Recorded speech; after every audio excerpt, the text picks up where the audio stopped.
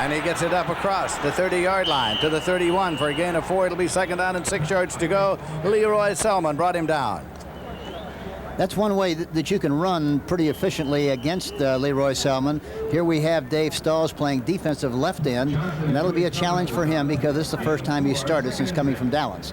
The linebacker core is a very solid. They're all the same, and they're one of the finest linebacker groups in professional football. The defensive backs will be a little different with Neil Colsey playing the safety position, but he's a veteran and gets around very well back there. 2nd down, 6 yards to go. Green Bay has the ball on the 31. The running backs are well split. Motion across. This is Elliott's kid, Gary Ellis. Looking for a place to go. And there is no corner to turn. He's thrown for a loss of 10 at the 21-yard line. It'll be 3rd and 16. Cecil Johnson finally dragged him down.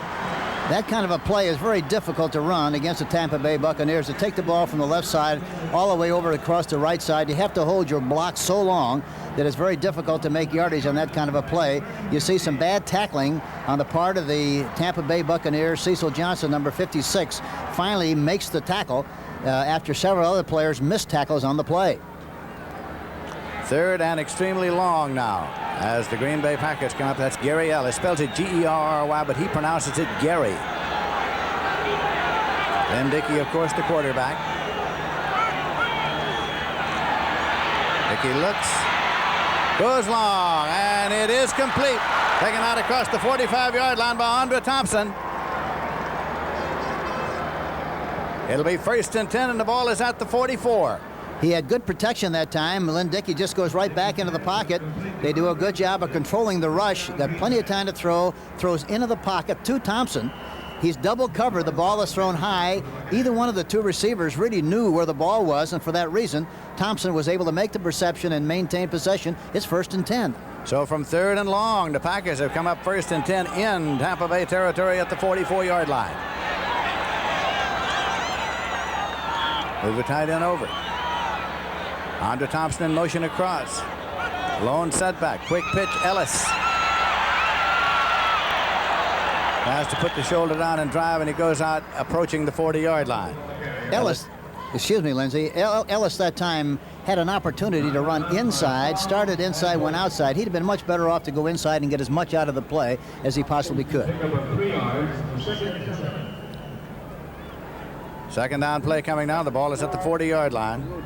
Dave Stalls, of course, playing the defensive left end. As you look at Bart Starr, the head coach of the Green Bay Packers, Stalls for the Tampa Bay Buccaneers in place of Bill Kohler, who has a broken hand. And I'm sure they're going to direct a lot of attention to Stalls to give him a chance to see what he's going to do playing that left end position for the first time for Tampa. Run a little right-handed. Dickey drops back and sets. Pumps once, spins out, and puts it up incomplete. Eddie Lee Avery was the man out there, but not near him. This telecast is presented by authority of the National Football League, and it's intended for the private use of our audience. Any rebroadcast or other use of this telecast without the express written consent of the Tampa Bay Buccaneers and the National Football League is prohibited. Dickey did a very wise thing that time. He had no chance to deliver the ball on target to the right side, knew he was in a jam, ran to his left, threw it over the top and out of bounds, and he wanted to make sure that he avoided a loss on the play, and it winds up being a 2nd down or 3rd down situation. 3rd down and 6 yards to go, and the ball's at the 40-yard line. Key 3rd down play here early in the ball game. 1st quarter, sunny day in Tampa Bay. Dickey. Well, it was almost intercepted by Mike Washington. He had both hands out there. It was his shot, incomplete. Boy, Dickey threw right into coverage that time. He had no chance to complete that pass. The people on the right side were open on the play. He never looked over there at all. Was back in the pocket, watching in the middle, looking left. But the people on the right side were open, and they had double coverage, and it should have been an interception. On 4th down, now Danny Reese is dropping back to field the expected punt from David Beverly, 7-year man from Auburn, who has averaged 40.6 yards per punt so far this year.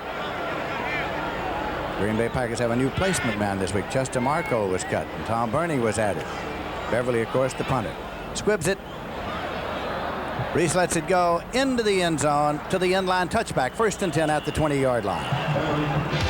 So the Tampa Bay Buccaneers will get the ball. They will get it in their own territory at the 20. 1st and 10, and so far there is no score in the ball game here in Tampa, Florida.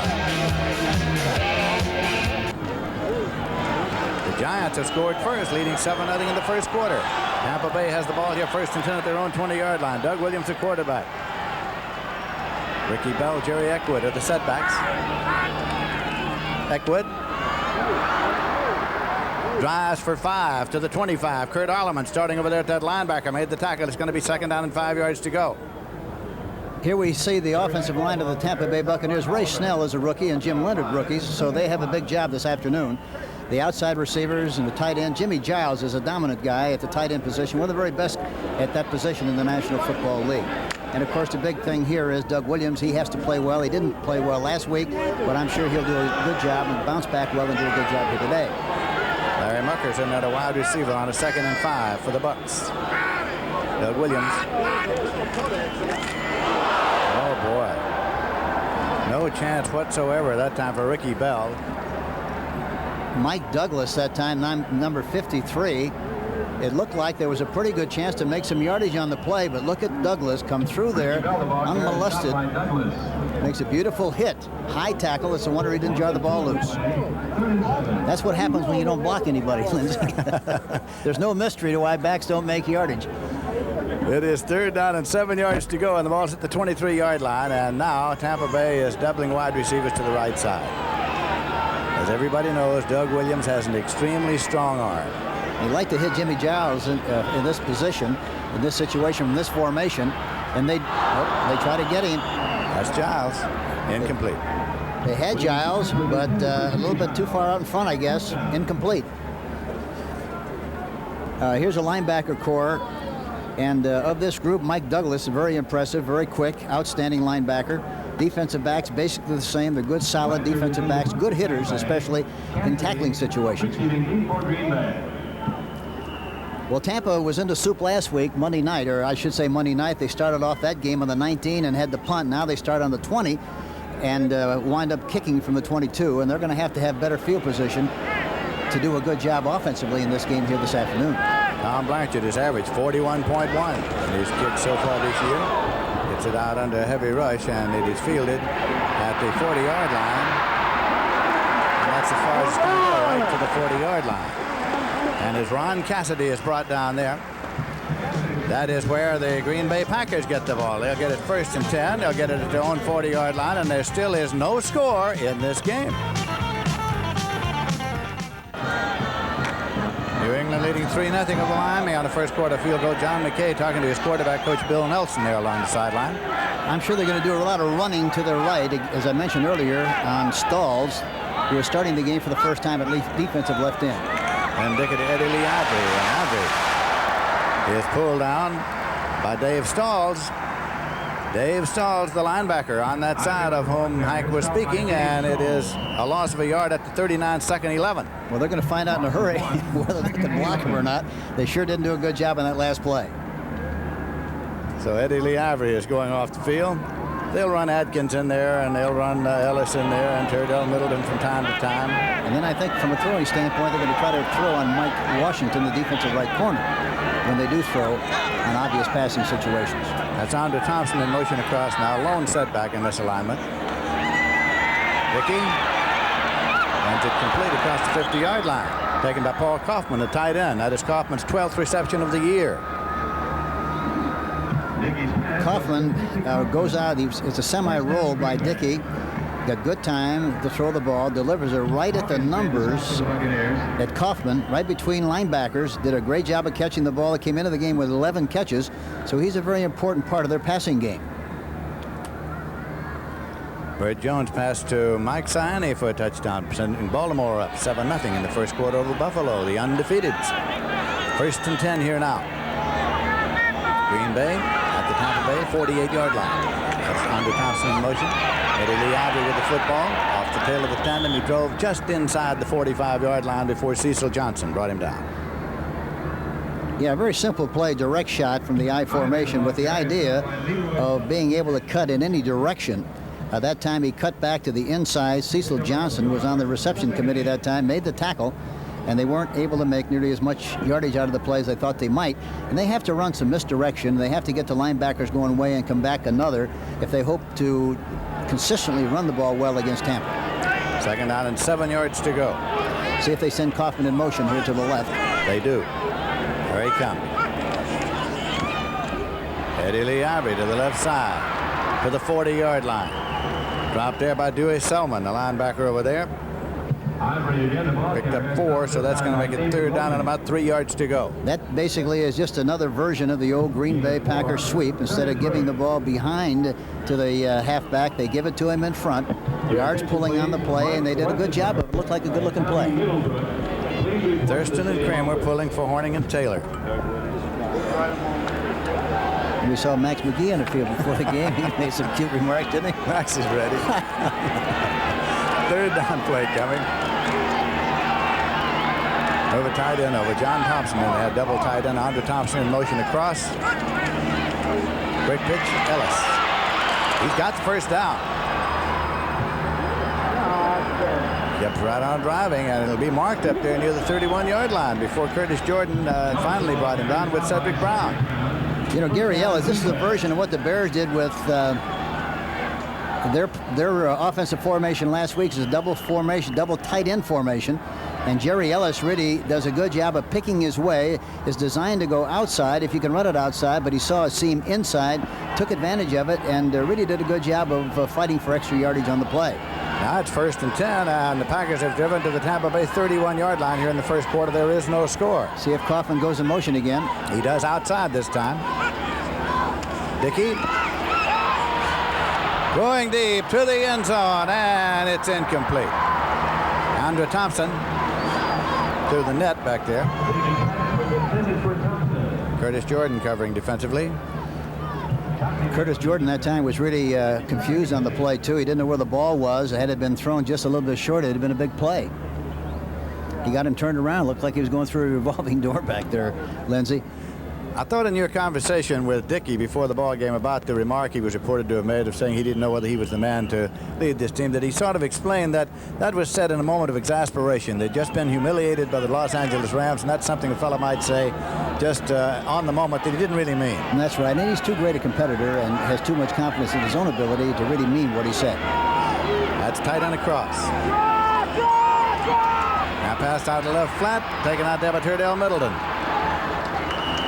Fake the handoff, toss it out to Turdell Middleton to the 28-yard line. Cecil Johnson really did a super job of containing the play. That is a right linebacker. It was a quick screen to the outside to Middleton, the kind of a play that he runs extremely well. But Cecil Johnson strung the play out, was involved in making the tackle. They send Kaufman in motion. Watch, they fake inside, throw back outside to Middleton. Good blocking, good position, I should say, on the outside. But you see, Cecil Johnson would not be blocked, was involved in containing the play, and finally tackled there by Mark Cotton. 3rd and 7 at the 28-yard line. Dickey pumps this one out. A penalty marker is thrown. Ellis has got the ball at the 23-yard line. Richard Wood and Dewey Selman on the tackle, but there's a marker to be checked out at the line of scrimmage. Cal Lepore's crew here today. Cal Lepore is the referee. Veteran crew.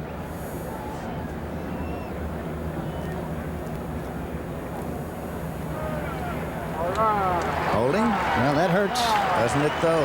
Hurts the Green Bay Packers, and of course that's what it's all about. It's very important that you do not stop yourself. It's all right if they stop you, but if you stop yourself, that's when it really hurts. Here's Dickey back into the pocket. Protection is good, and it should be if they were holding. But here we see the pass thrown inside. The backs were crossing on the play. Holding 76, offense, 3rd down. Tim Stokes. Well, Tim might figure he might need to hold a little over there. Yeah, he's got a snootful this afternoon trying to block Leroy Selman. Gary Ellis that time made the catch. 3rd and 17, and the ball moves back to the 38-yard line now. Big 3rd down play for the Green Bay Packers. There is no score. 5 minutes, 49 seconds left to play in the first quarter. And Dickey still quarterbacking.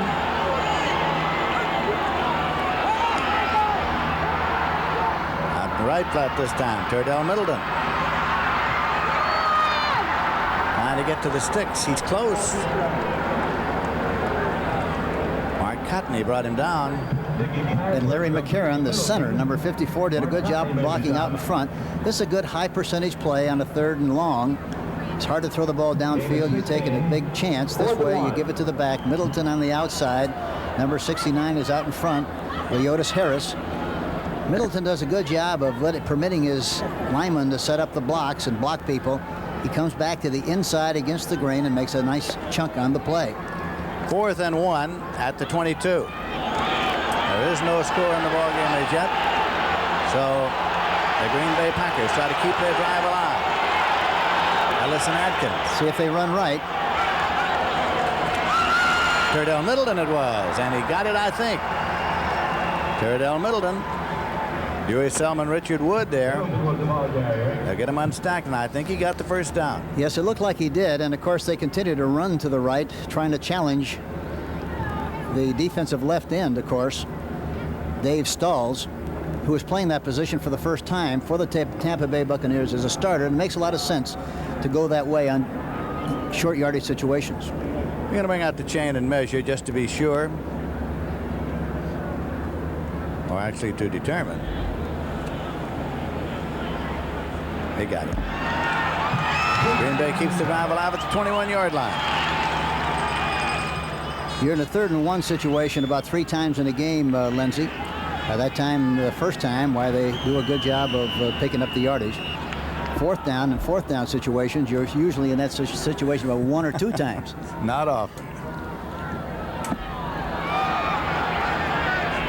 Lynn Dickey brings them up.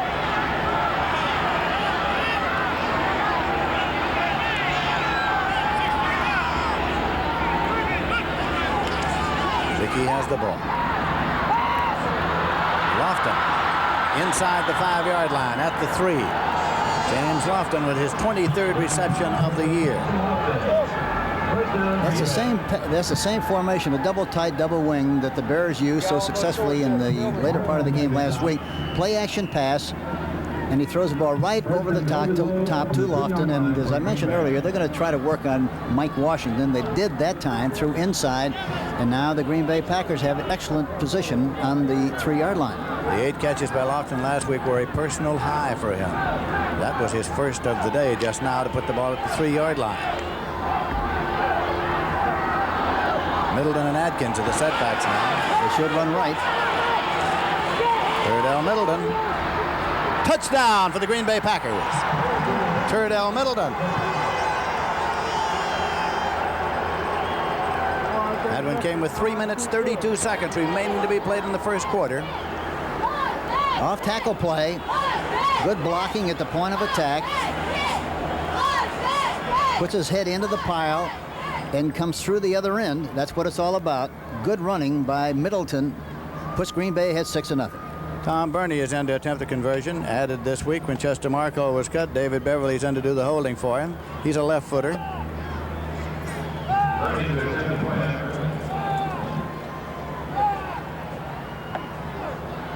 And it's good. So as they come back up the field, the Green Bay Packers have taken an early lead over the Tampa Bay Buccaneers here by a score of 7-0. With the clock showing 3 minutes and 32 seconds remaining to be played in the first quarter. It is a beautiful, bright, warm, sunny afternoon here at Tampa Stadium in Tampa, Florida.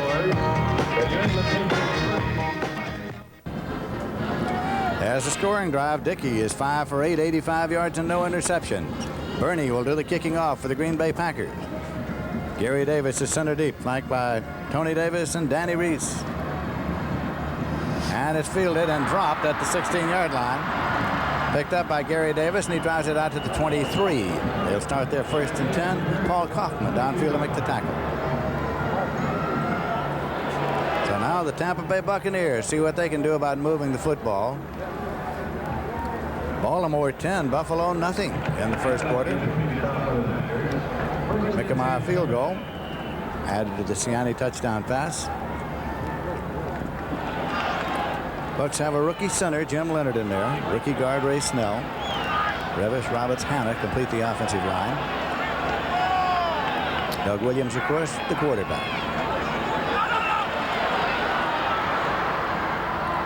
Batted. Penalty marker goes down back near the passer. Referee's flag, I think. Gordon Jones that time was open, Lindsey, and Williams looked in that direction, but I don't know why he didn't throw the ball to him. He was really open on an inside pattern. Illegal use of hands against the Tampa Bay Bucks. Last Monday night against the Chicago Bears, they were guilty of holding 6 times. Their quarterback was sacked 4 times, which is twice the number of times he'd ever been sacked in one game before. And that's yardage that you just can't make up. And needless to say, some members of the coaching staff were not all that happy about that performance. Not only that, they were very disturbed. Illegal use of the hands, 72. Here you see him back in the pocket. Ray Snell, the rookie guard, makes it 1st and 20 back at the 13-yard line. Mucker's in a wide right. They probably will run the ball as some kind of a high percentage play or some kind of a pass out in the flat to the backs. Eckwood and Bell are the setbacks. Here is a run. Ricky Bell got to the outside and picked it up as he got out there to the 26-yard line. That was really a nice looking play, well conceived, a counter play, and this is what you have to do against the 3-4 defense. Both teams, watch it now. Looks like they're going to go to the right, but they hand off underneath to Ricky Bell. Does a good job of going through the hole. Has the ball away from pressure so he can use the right side. He doesn't really have to because he runs out of bounds, but there was a good block there by Greg Roberts, the right guard on the play. 2nd down and 7 yards to go at the 26. Higgins is in a wide right now. They call him Ike. He likes to be called Isaac. Defensive backs are giving the receivers, outside receivers, a lot of room in this counter play again, the same one. Ricky Bell, but this time hanging on to him. Mike Douglas. So, excellent pursuit. Charlie Hanna, the right tackle, pulling on the play, number 73. Here you see him coming across the screen. He tries to knock the defensive linebacker out, number 53, Mike Douglas, but Douglas plays the block beautifully, pursues to the outside, and makes the tackle. Beautiful play by the linebacker, Mike Douglas. That'll make it 3rd down and 8 yards to go. So they double receivers to the right side. Gordon Jones and Isaac Higgins. They got one-on-one on Giles, and on the weak side, away from the. There he goes. That's Giles, and it's incomplete. Turn left, turn right. Thrown to the inside. Johnny Gray was trying to keep pace with him, covering defensively. Looked like his head was on a swivel that time, trying to find out where the ball was. Well, some of the people in orange are not all that happy as they sound off a little bit. It's 4th down, and the punting unit comes on, of course, and that means Blanchard's on to do the punting. They had what they wanted offensively that time, Lindsey. They had a one-on-one on a defensive back, and the ball was just thrown poorly, but he had a chance to make the reception had the ball been thrown properly. You saw Cassidy deep to field the punt for the Green Bay Packers. Got 10 men on the line of scrimmage.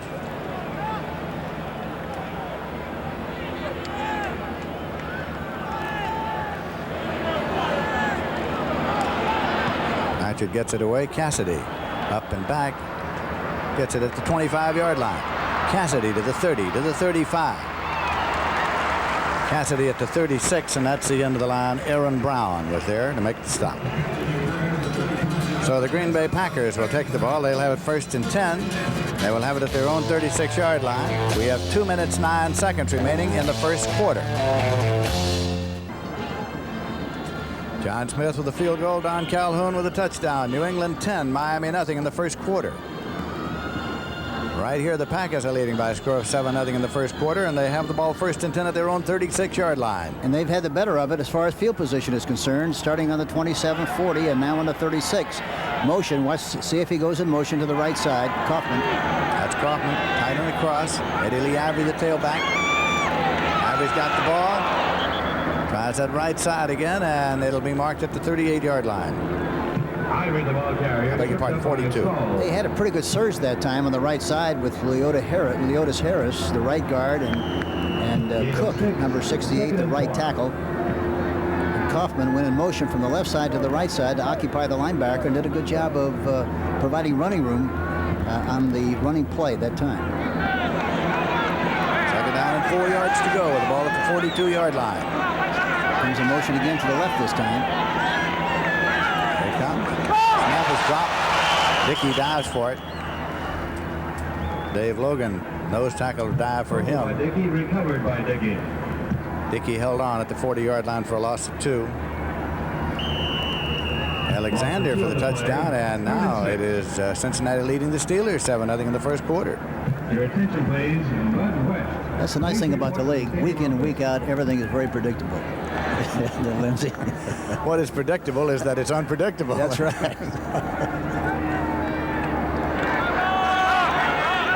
Third down and 6 yards to go. There's a double wing, double tight end formation where they run or pass. Completed up to the 50-yard line. That's Kaufman, the tight end of the 45, and it's going to be a 1st and 10 for the Green Bay Packers. David Lewis, Mark Cotney made the tackle. You know, the Packers are doing a good job of throwing a football on kind of a time pattern. They're not holding the ball very long. It looks like they're trying to throw the ball quickly. It makes a lot of sense because if you are patient against the Tampa Bay Buccaneers, you've got a chance to move the ball well via the forward pass. Good pass protection. Look at all the time he's got to throw the football that time. David Logan got some penetration, but it wasn't enough to prevent him from throwing the ball right on target, right at the numbers at Kaufman. You see Starr and Bratkowski along the sideline there. Kaufman in motion left again, I suppose. Here he comes. That's him. Tailback here, and there's a penalty marker thrown into the stack. Stalls is there defensively. Eddie Lee Ivory still pinned as he tries to get up. 7 seconds remaining to the end of the first quarter here, with the Packers leading by a score of 7-0. You know, Green Bay has a tendency to throw a lot of play-action passes on first down. So far, they've kind of done a good job of scouting themselves and not doing that on first down. They've only thrown one pass on first down, and all the other times they've run and thrown pocket passes, which is a good indication they've done a good job of scouting themselves. Cal Lepore, the referee. Holding, right guard, offense, first down. Leotis Harris is the right guard offense.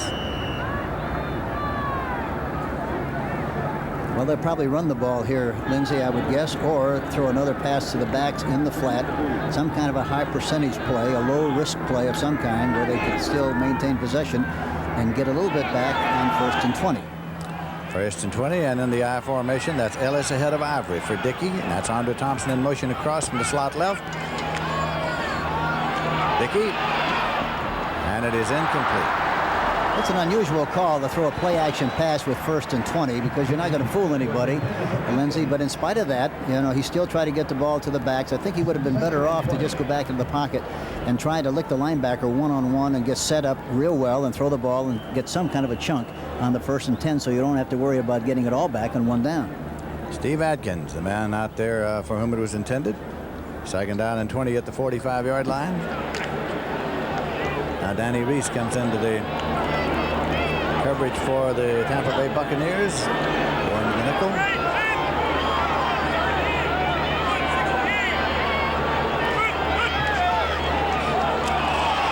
Adkins going. He's strong. Runs to the 45-yard line. Leroy Selman brings him down, along with Cedric Brown. Here again, that's a good call because, again, it's a low-risk play, a draw play to Atkins. Fights his way through some traffic. They're blocking Selman on the play, but in spite of that, he makes a good chunk. So that's the end of the first quarter with the score: the Green Bay Packers 7, the Tampa Bay Buccaneers nothing. The NFL on CBS. Today's game is sponsored by Honda. We're kicking off our season with an all-pro lineup of cars. Honda, we make it simple. And by America's full-service bankers, ready to serve you where you see this symbol.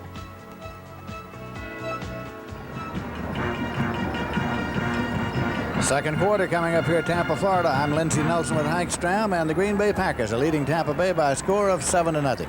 And not only that, they've definitely dominated the game so far, Lindsey, which is very obvious. They've had good field position, done a good job of moving the football. They've exercised good patience and have done a good job of getting first downs, which is so important. It is 3rd and 10 here at the Tampa Bay 45-yard line. Contact made before the snap. Markers everywhere. David Logan, number 76. Started to move and just kept coming, didn't he? Yep. Had his weight forward and couldn't pull it back.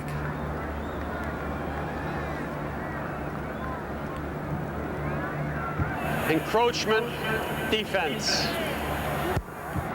Anytime you get your head out in front, you've got to fall forward, which is very obvious. You know, a lot of people don't realize that the heaviest part of the body, Lindsey, is the head. And once that moves forward or backward or sideways, that controls your body and puts you in a position, good or bad, depending on where that head is. Third down. I've known some people of whom I thought that was not particularly true. Third down and 5 yards coming now with the ball on the 40-yard line. Honda Thompson goes far to the left side.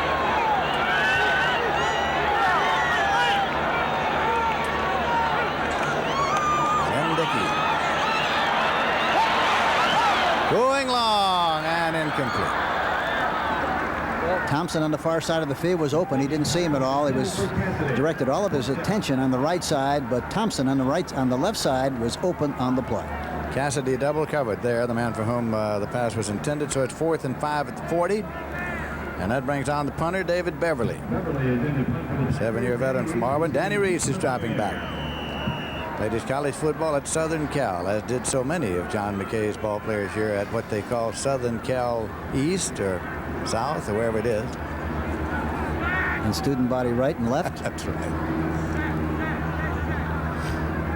And how about the dizzy sticks that John smokes? Reese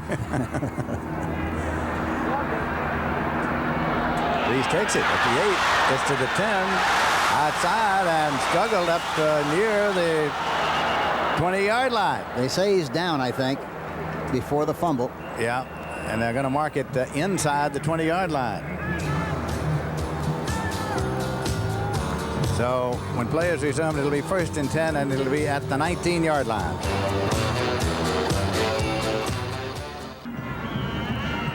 Ian Sunner has added the Cincinnati field goal. Forrest Gregg brought him with him from Canada. Cincinnati leading Pittsburgh 10-0. 1st and 10 at the 19-yard line for the Bucks. Higgins in motion across.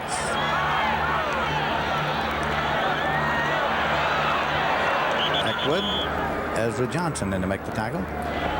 You know, Green Bay has gone to the 3-4 defense on a full-time basis this year, and at this stage of the season, and at this stage of the game, they're playing it extremely well. Here comes Larry Mucker onto the field for Doug Williams. Williams had completed 48.7% of his passes coming into today's ball game. He had 6 touchdowns and 5 interceptions. You know, this game for Tampa so far is a repeat of the Chicago game as far as field position is concerned. In fact, this game is worse than Chicago because at one time, the second drive, they got it on the 46. This time, they get it on the 19. Motion across. Quick pitch to the outside. Ricky Bell. He was approaching the 25 as he went out of bounds. Bumped out there by Mike McCoy on that corner. That's the 24-yard line. The best play that either team has run so far has been a counterplay that was run by Tampa. But you have to include that in your offensive package.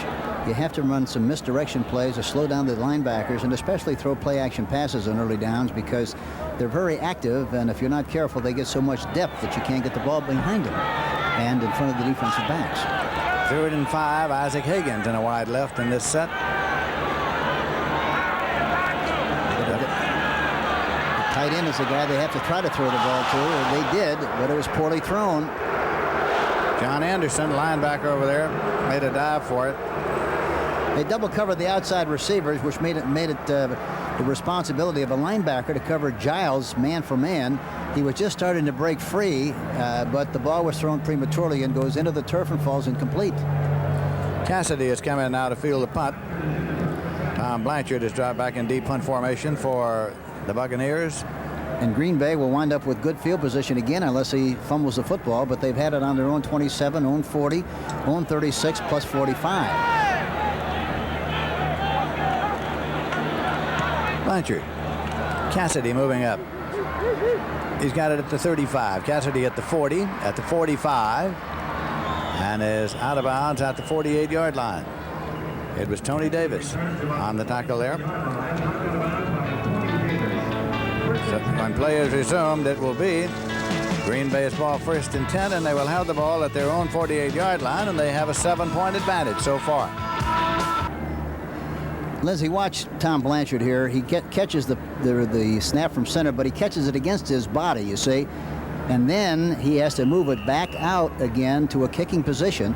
And if you're not careful, if you do that very often, and if there's a rush on, there's a good chance that the defensive team will block the kick because it takes too much time to catch it against your body and then bring it back out. 1st and 10 for the Green Bay Packers. Ball is at their own 48-yard line. Dickey, short drop, sets and throws. Intercepted! Richard Wood has the ball. Richard Wood! And he's on his way for a Tampa Bay touchdown on the interception by Richard Wood. A play-action pass starting to the right to get the movement of the linebackers. It's not going to have much of an effect on the backside linebacker, Richard Wood. He was in position. Dickey just anticipated that the split end was going to be open. It was a time pattern, threw it prematurely. Wood makes a beautiful interception, scampers down the right sideline 55 yards for the touchdown. He's got the ball in the wrong arm, but sometimes when you reprimand him after a touchdown like this, you know, he comes back and says, how was it for distance? John McKay, who coached Richard Wood and a brilliant career at Southern Cal. Garo Apremian is in to attempt the conversion. It is up. It is good, and the score is tied. It is the Tampa Bay Buccaneers 7 and the Green Bay Packers 7 with 13 minutes 26 seconds remaining to be played in the first half here at Tampa Stadium in Tampa, Florida.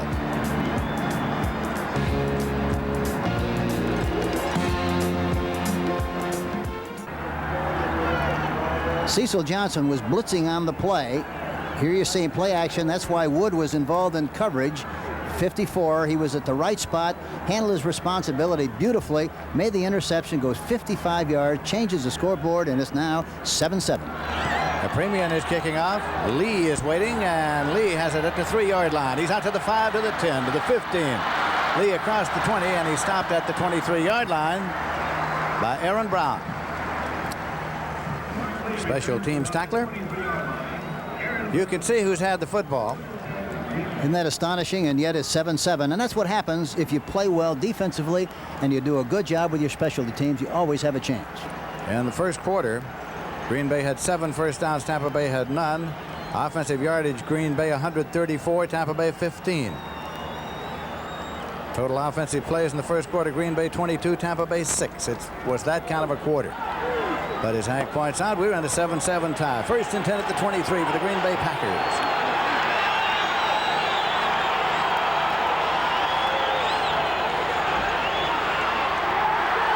Stopped at the 20-yard line. Dewey Selman in on the tackle.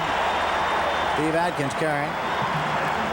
I mentioned earlier, and here again, that's a difficult play against the Tampa Bay defense because you advertise sweep immediately. You just toss the ball back to the halfback. The linebackers get a good jump. It's hard for the linemen to get blocking angles or maintain their blocks. And for that reason, by the time the back gets there, why the ball carrier is met by the defensive people and have no chance whatsoever to make a play. They lose 4 yards on the play. 2nd down coming. Lofton's in a wide right.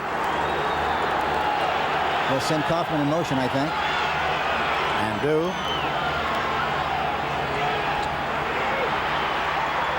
Dickey pumps it, and it's complete up the middle and across the 35-yard line. Richard Wood, Cotney converging there. Kaufman, the receiver. Dickey really pumped that one in there very well, and that was an important reception or completion for Lynn Dickey after throwing the interception. Stands in the pocket nicely, concentrates on throwing the ball to the tight end. It's right on the numbers, thrown perfectly, and a big catch by Kaufman. They pick up the 1st down. 1st and 10 at the 38-yard line. As they go along here, they've got to throw the ball more on 1st down, I think, Lindsey. Thompson in motion across. Quick pitch to Ivory. Whistle, stop play. Whistle, stop play. Penalty marker. Report is made to Cal Lepore, the referee. I like Cal's attitude in working a football game. Cal is sort of the relaxed school. He'll sort of come out here in a minute and tell us all about it. And the nice thing about it, he's very decisive. Yes, he is. He's a veteran official in the National Football League.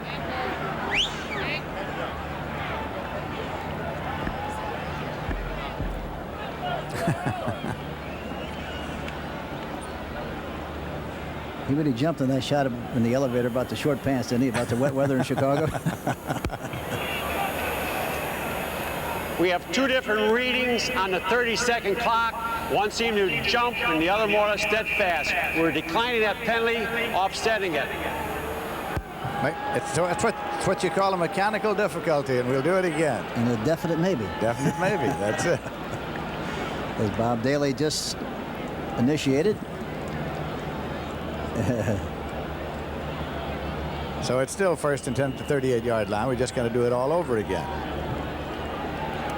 And you see, that's what that mic is good for on that referee. It'd be a week from Wednesday before you found that out, before we had communication with the officials.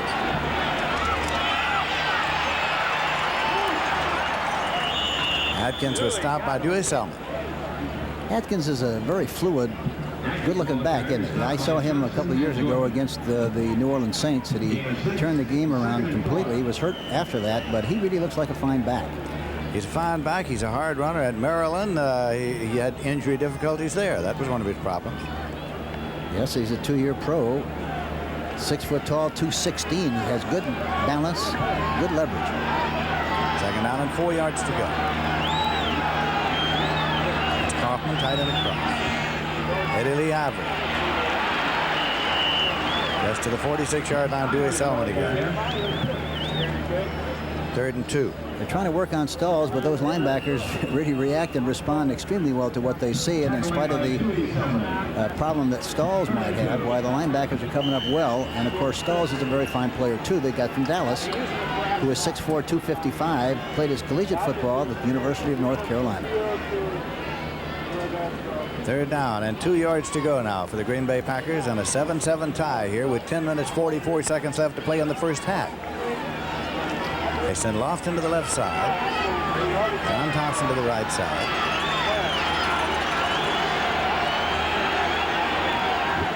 Quick pitch.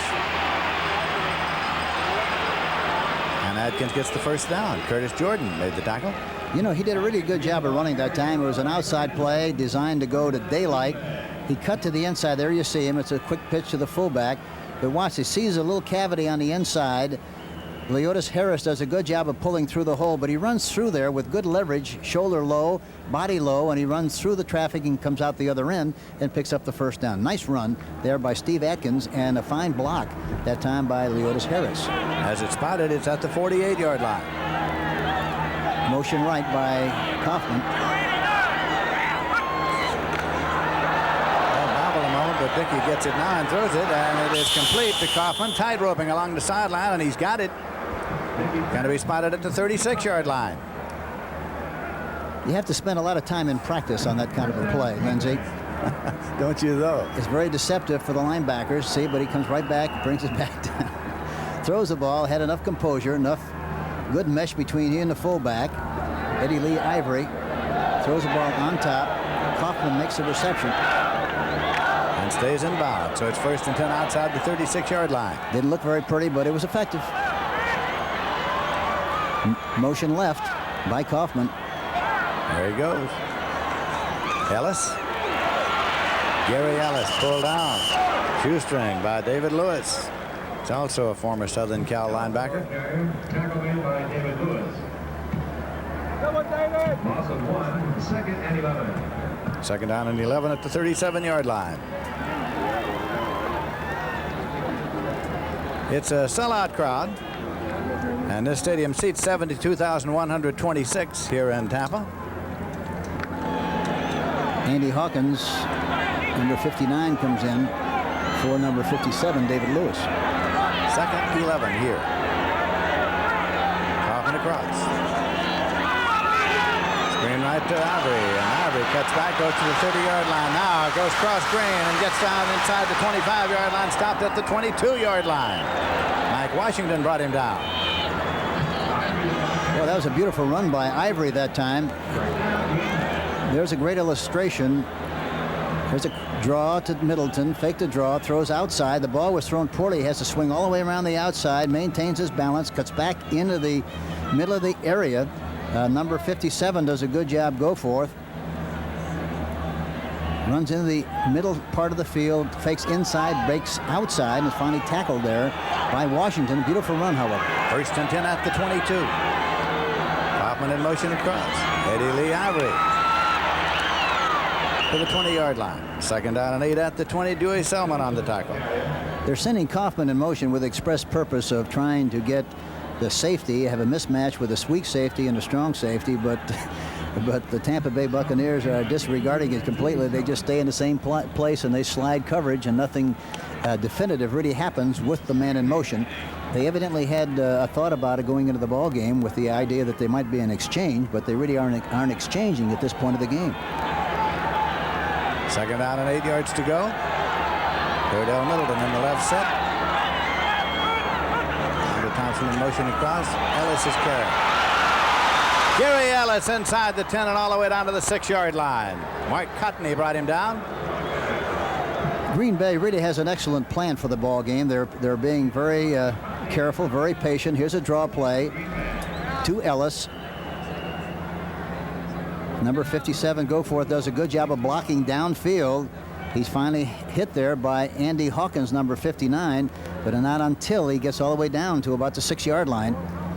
1st down and goal. Double tight end. John Thompson comes in onto Thompson, goes out. Lofton's in the left. Split left. Cordell Middleton in the left set. Play action pass. Kaufman, touchdown. Green Bay and Kaufman.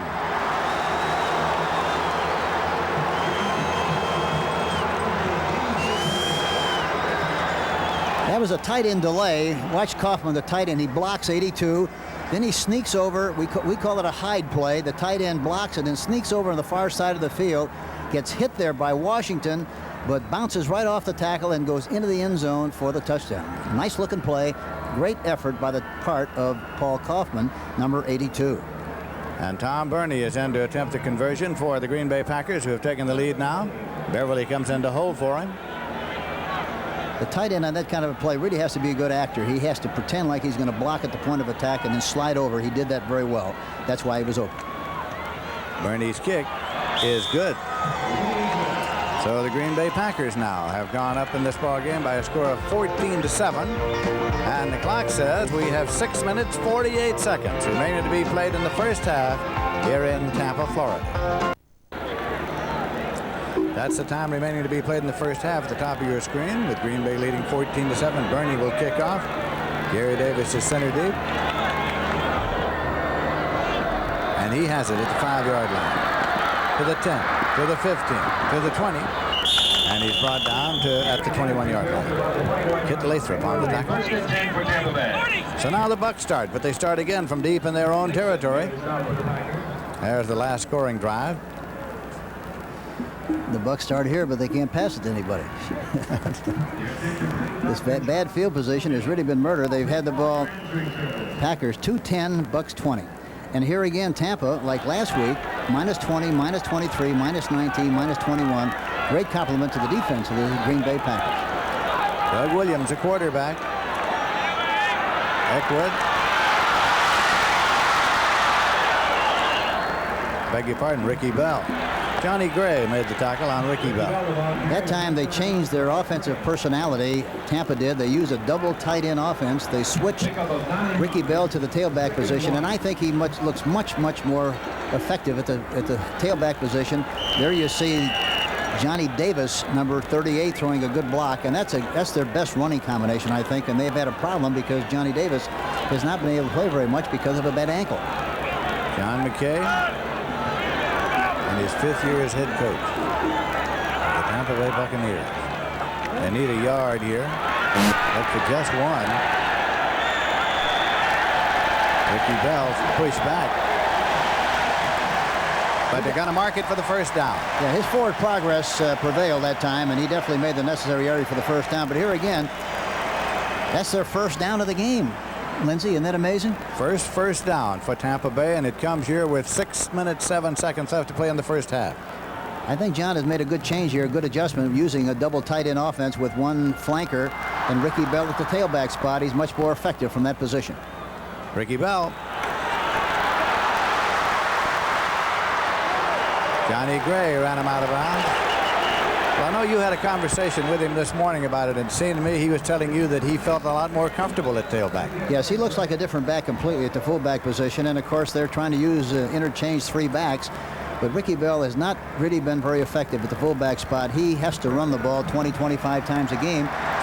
He's one of the great running backs from the I formation that I've ever seen, and so it's important that he plays that position as often as he possibly can. Of course, the ankle injury to Johnny Davis is one of the things that necessitated his playing the fullback. No question, and of course, with Davis playing fullback, it's like playing with 3 guards.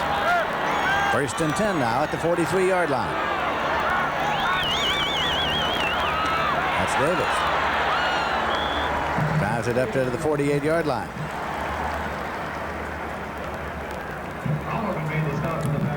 They feel that they have to control the line of scrimmage, and that's the only way you're going to move the ball consistently well. So far, the Green Bay Packers have dominated the line of scrimmage, both offensively and defensively. Right now, the Tampa Bay Buccaneers are getting a little momentum, and they're doing a better job of knocking people off the line of scrimmage. 2nd down and 5 yards to go. The Bucs have the ball at their own 48.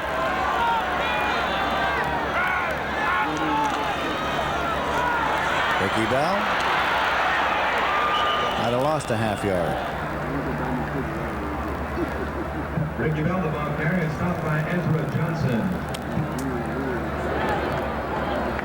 About a short of the 48. Yep, there's the student body left.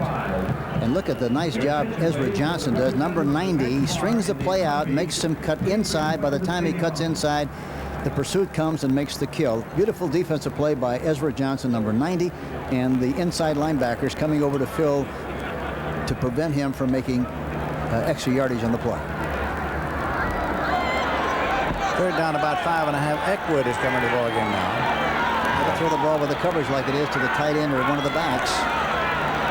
There's the back. Brings it out there. Eckwood. So it's going to be a 1st and 10 as Estes Hood ran Eckwood out of bounds. Williams has been criticized a great deal for not throwing a softer ball than he does, but that time he just threw it perfectly, exactly the way you have to throw it right on the money, about 2 feet in front of the ball carrier so he could catch it and maintain possession downfield. Beautiful looking play. So now the Bucs have it 1st and 10, and they have it at the Green Bay 40-yard line. We have 4 minutes, 23 seconds left to play in the half. Green Bay is leading 14-7. Eckwood to the 38-yard line, and Mike McCoy on the corner made the tackle after a gain of 2 at 2nd down and 8. And Kurt Alleman, number 60, also did a good job of responding to the play. It was turned in again that time, and it's very important that you not permit the offensive back to get on the outside of the containment. Green Bay is doing a good job of making them come inside, and that's why the yardage is not very much. That time only gained 2 yards on the play. Isaac Higgins in a wide receiver.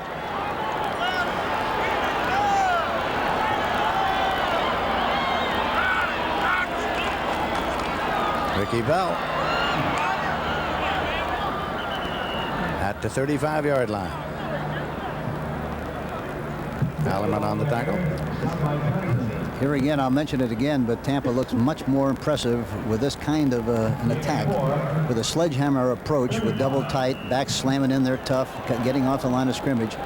They are not a team that plays catch-up football well, and they're not a team that really dominates a game by the forward pass. They have to have good balance. On the 3rd down, Eckwood comes back in. Bell comes off. Gordon Jones coming onto the field now. Jim Obradovich coming off. And now they've called for a timeout. You know, the thing I can't understand, Lindsey, is the fact in this situation on 2nd down, 2nd and 5, why teams don't call 2 plays in a huddle. And if they don't succeed in making the 1st down, line up on the line of scrimmage so they don't permit the other team to put in the defensive scheme. See, we see a good illustration of it here now. Both teams are changing, but had Tampa just lined up on the ball and made them play with the people who were in the ball game, they might have had a better chance to make the 1st down. It's a good idea. We have 3 minutes, 2 seconds remaining to be played in the half, which means that we're 1 minute and 2 seconds away from the automatic timeout that comes at the 2-minute warning.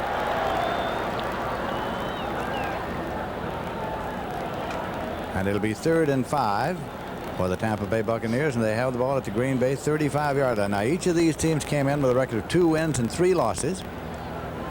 So it's a pivotal game. As a matter of fact, John McKay was saying he thought it was one of the most important games from that point of view since the franchise was formed, because they've been a disappointment so far this year. After having won the division championship, they got off the first 2 games this year, now lost 3 in a row. And this is a place where good things happen or bad things happen. Exactly right, and a good observation, Lindsey. And really, this is the first time the Tampa Bay Buccaneers have looked good in the last 2 weeks, in the last 2 games, really offensively. 3rd down play coming now. They'll probably double the outside receivers, so they're going to wind up, if they throw the ball, to one of the backs of the tight end again. Jones left and Mucker right, wide receiver. Looks like a blitz. It is.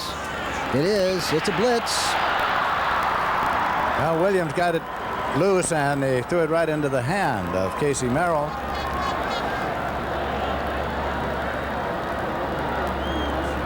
And they advertised the blitz pretty well, too. Butler got sacked on the inside. Number 78, Merrill, really got great penetration from the outside. And Mike Lewis was the man who batted it down right. Yes.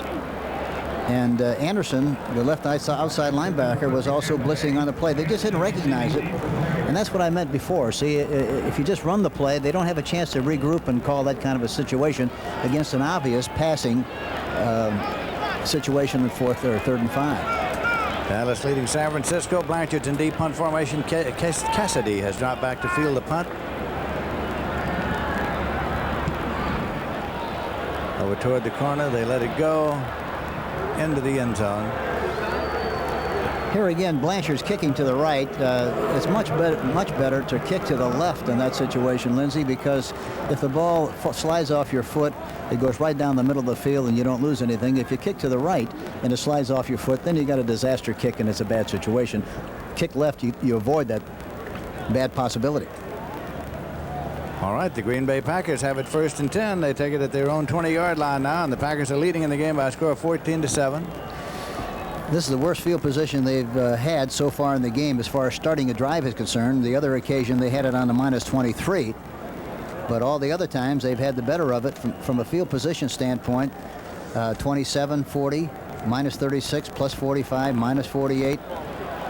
Tony Franklin kicked a field goal in that game you just saw there. Eddie Lee Ivory. A yard to the 21. Richard Wood on the tackle, 2nd and 9. Well, they did a number on the strong safety that time, Cotney. He came across there, but they put the squeeze on him. Running right, watch 33, come up there quickly. The strong safety, watch the pursuit of Wood, 54. Wood comes up from the backside. There you see Cotney. You don't get a good view of his number, but he really got a shot trying to make penetration across the line of scrimmage. We are approaching the 2-minute warning. We are wounded down now to 2:05 as the Green Bay Packers come up. 2:03, 2:02. They'll toss the ball to the back this time with the idea of making him run into daylight. Time ran out to the warning. That's the 2-minute warning. 2 minutes remaining to be played in the first half of this game here in Tampa, Florida, and the Green Bay Packers in possession are leading in the game by a score of 14-7.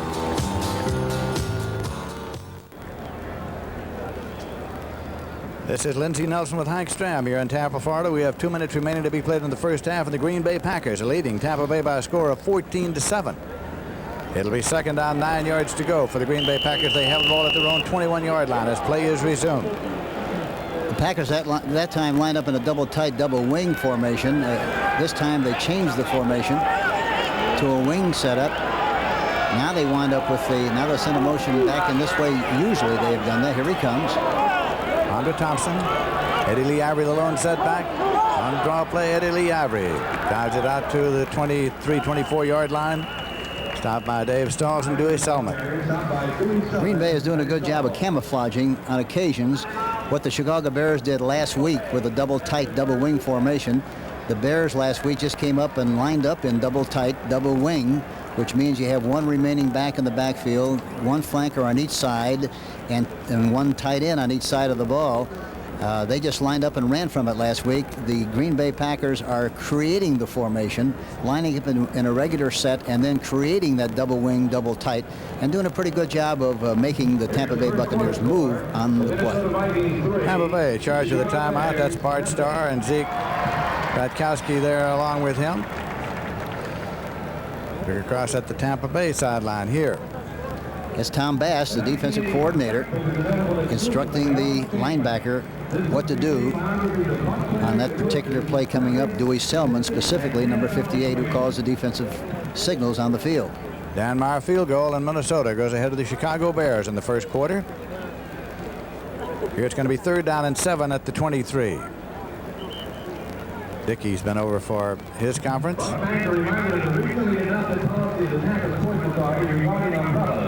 Time remaining in the first half. Superimposed there.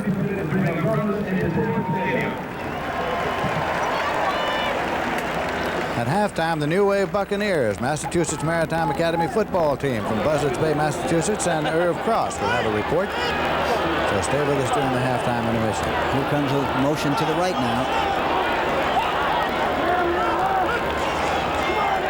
Dickey. Thompson. Andre Thompson at the 36-yard line. Curtis Jordan made the hit. They really did a good job of reading that. The coverage was strong to the opposite side. Dickey came back away from the coverage and hit Thompson right in the hole where you had to hit him. Beautifully executed play. Same formation again.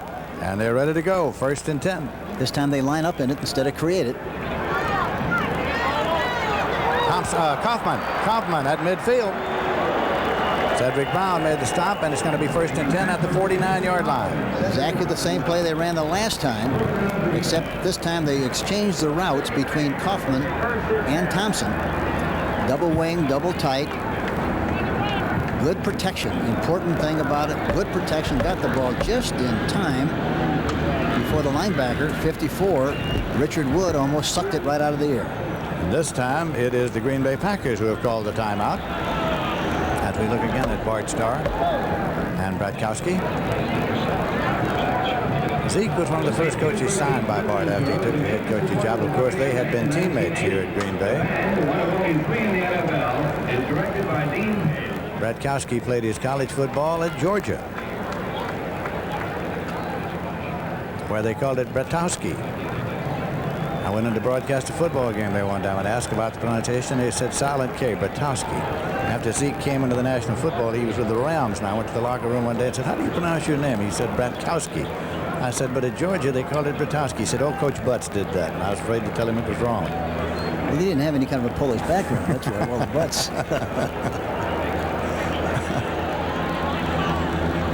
McCarron is a very interesting story. You know, Lindsey, when I was at Kansas City years ago, the coach at Illinois at that time, it was 8 years ago specifically, recommended McCarron very, very highly. He didn't go high in the draft. Nobody really wanted him. Green Bay picked him up, and he's played for 8 years and really done a remarkable job. 1st and 10 now. Green Bay at the Tampa Bay 49-yard line. And Dickey. Here the backs are open. Eddie Lee Avery. 40. 37. The linebackers of Tampa really get such great drops, and that's why they do such a good job defensively, but you have to recognize what they do and throw just the way they're throwing right now, patiently throwing in front of the linebackers, inside and outside of the linebackers. It's the only way you're going to move the ball consistently against Tampa. There's the 10-37 no huddle formation, and Dickey drops back to throw. There it is again. Eddie Lee Avery. Get out of bounds. To stop the clock. It's a penalty marker on the clip. Looks like Thompson clipped on the play. Looked like he clipped Reese, number 46. Clock is stopped with 47 seconds left.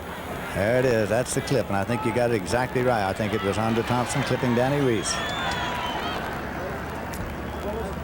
That was a kind of a senseless block, too, because it really had no bearing on the success of the play.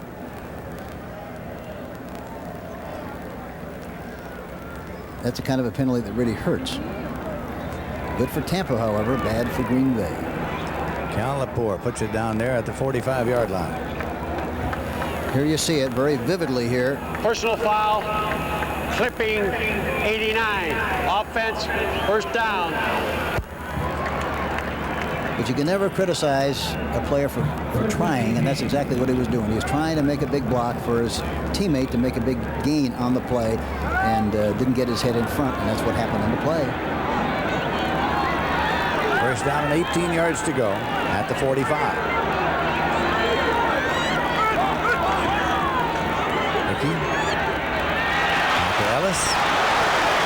Gary Ellis upended by Leroy Selmon. Boy, can he move laterally. He got a whiff of the play going outside, took the proper pursuit angle. That's the important thing, the proper pursuit angle. Watch 63. He starts to get penetration, gets a whiff of what the play is, and immediately breaks at a good angle right down the line. You see that? Right down the line is involved in making the tackle on the play. If you had watched Tampa Bay last year all year, though, and somebody had told you that at this stage of this season that Leroy Selmon would have 1 sack, you would tell him he's mistaken. That's exactly right. You'd have to have some kind of an investigation to find out what happened. Everybody's got to be holding if he doesn't make more sacks than that. But that's exactly what the situation. And of course, teams are playing him a little differently. They're double teaming him on many occasions with a lineman and also a back, blocking him low, blocking him high, and as a result, he hasn't been able to get to the passer like he did last year. But that's the. You have to give a lot of credit to the offensive teams who really have devised a way to keep him from getting that kind of penetration. When you sat down to work on your game plan, you were aware of Leroy Selmon. Very much so. Very much so, and you want to do as much business as possible away from him. He's already proven that he's an all-pro player. Why enhance his reputation by running to him? A second period score. This time out was taken with 39 seconds remaining to be played in the first half, as Dickey's been over again. In the first quarter, the Dallas Cowboys. Second and 16 at the 43-yard line. Clock starts on the snap.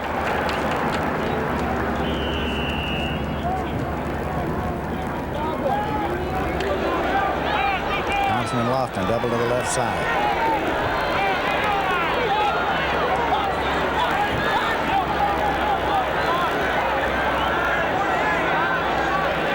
He'll probably try to throw underneath again.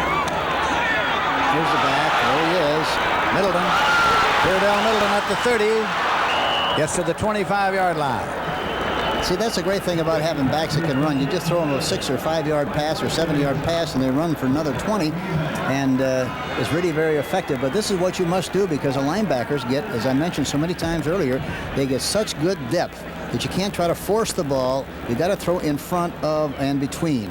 That time Wood missed an open field tackle, which he very rarely does. And Middleton finally gets to the outside tackle by Mike Washington. Green Bay spent their last timeout. Clock was stopped with 29 seconds left in the half, and the conference convenes once again along the sideline. Bart Starr in his 6th year as head coach of the Green Bay Packers. And I want to say, too, Lindsey, that I really think Bart Starr has done a very good job with this football team. I've seen him on 5 or 6 occasions. They've won all the games that I've seen them do and see them play. And but they look like they're well coached, well disciplined, well drilled. And he's had a lot of bad luck with injuries. But I really think he's going to do a great job with this young football team. They finished last season with 11 men on the injured reserve, and they thought they had really had it, and they had had lots of trouble. They began this season on opening day. They had 13 on the injured reserve. Yeah, it's just incredible luck, and you have to give the committee in Green Bay a lot of credit for understanding what the problems are and permitting Bart to maintain possession of this football team because they've got the right guy, and I think he's going to do a great job. They're leading here by a score of 14-7, 29 seconds remaining in the first half. It is first down and 10 yards to go, and the ball is at the 26-yard line. Atkins and Middleton are the setbacks. Dickey, and he's dropped. Well, he had a good screen set up on the outside. He tried to get Thompson into the post. Had no chance whatsoever, but had a good chance to do business on the outside. Didn't see it, and had to eat the ball. Now they're going to line up in a field goal situation with no timeouts left. And the important thing is with this thing is that you have to have at least 18 seconds to put the ball in play for a field goal if you don't have a timeout. A sack to Leroy Selmon, the 42-yarder, and that does not get there. Dickey made a bad mistake by not throwing the football. You got to, in that situation, Lindsey, you have to throw the ball to stop the clock when you don't have any more timeouts left. They would have had plenty of time to line up and regroup and take their time to kick the field goal. Under the circumstances, it was a hurried-up situation, and he kicked it very poorly. So ball goes over at the line of scrimmage. They bring it out. 1st and 10 now for the Tampa Bay Buccaneers. The clock starts on the snap. And we have 7 seconds left in the half. Green Bay 14. Tampa Bay Buccaneers 7.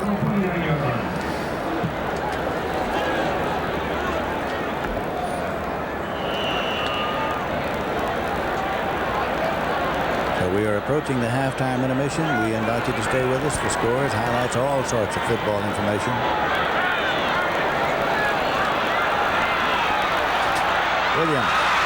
Williams. Time has run out. When he's down, the halftime intermission is here, and he goes out of bounds at the 46-yard line. And that's the end of the first half with the score: Green Bay Packers 14, Tampa Bay Buccaneers 7.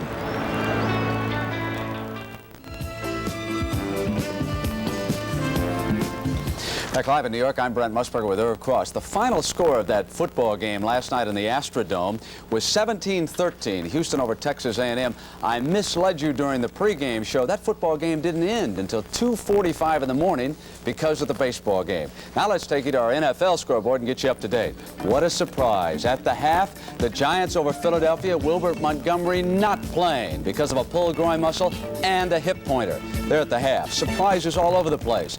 Buffalo unbeaten in 5 games, trailing Baltimore in the second period. 10-6 is the count there. Burt Jones, 38 yards to Siani for the touchdown in that game. The Green Bay Packers, as the Greek suggested earlier, have ambushed Tampa Bay. 6 yards, Dickey to Kaufman put them ahead. Richard Wood, 55-yard run with an intercepted pass for John McKay's touchdown. The Steelers have won 18 in a row at home, and at the half, they trail Cincinnati by 17. Charles Alexander from a yard out. Anderson went to Pete Johnson, 28 yards, the touchdown there. New England has now beaten back Don Strock, taken on Woodley, the rookie quarterback from LSU, and the Patriots dominating. Grogan goes 33 yards to Harold Jackson, and the extra point was missed. Minnesota leading the Bears by a field goal as a 35-yarder by Dameyer. They are in the first period. Los Angeles and St. Louis. And the Cardinals defense just a touch tougher than what the Rams have faced the last few weeks. They are scoreless in the first period. And the Dallas Cowboys got a 16-yard pass from White to Drew Pearson, and Ron Springs ran out from just a yard in. And you know, most of the college football we look at on this broadcast involves the big-time schools with elaborate facilities and schedules so demanding they sometimes produce young men who are athletes before they are students. But this week, Irv takes a look at the New England Football Conference and a school that is oceans away from that sort of thing. Prior to the opening of football season, most head coaches are asked to give a forecast of the upcoming year. How many games are you going to win? How strong is the running game? Of course, these questions are all important. But at Massachusetts Maritime Academy, there's a consideration even greater, because over half the football team is in the middle of the Atlantic Ocean. More exactly, 42 varsity players are undergoing sea training aboard the Academy's training ship, the Bay State. Players even attending classes have some coaches baying at the moon. But every Massachusetts maritime student must complete a 60-day training cruise to help qualify for his Merchant Marine Officer's license. This cruise was to have ended before the season started, but mechanical problems scuttled that. Time out there, give him some time. Pick him up, pick him up. It's very hard to explain, but it was almost like a part of me was on board the ship when it left on September 6th, because we do have a small college program. We do get very close to our players, and as a matter of fact, the atmosphere on campus is one of very closeness between the faculty and all of the cadets on campus. Thinking about those 42 ball players out to sea, do they have a special training program of some kind to maintain while they're out to sea? Yes, they do. The players on board the ship work out on the universal gym, and that is the weight aspect of the program. They also do some running, which is in the ladder well on board the ship. And on our stadium deck, we get involved with agility drills. We work on quickness, and we do a number of drills that emphasize quick feet on this type of setting. Sea legs, rather than Charlie horses, plague the team's coordinator aboard ship. During our first workout, I counted heads, and I noticed that one of our top defensive players was not there. He showed up halfway through the workout and looking a bit green, and he took me aside and said, "Coach, I can't participate. And I said, what's the problem? I fear that he might tell me he's not going to do football this year or something. But he said very, very confidentially that he was sick, seasick, first time on a ship, and please not to tell the rest of the people. Green, and not from seasickness, were the 33 freshmen making up the core of the team. After being torpedoed in the opening game, the Academy faced stormy weather and gale warnings. But a big fourth quarter play against Nichols meant anchors away.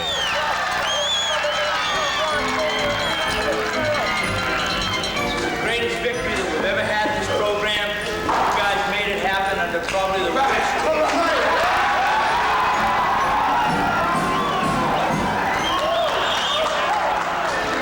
Perhaps the most adverse conditions that we could possibly have. It shows you what a little perseverance and a little belief does.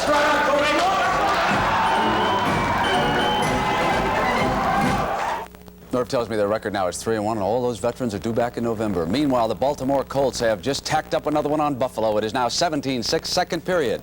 And the NFL Today continues on CBS after these messages from your local stations.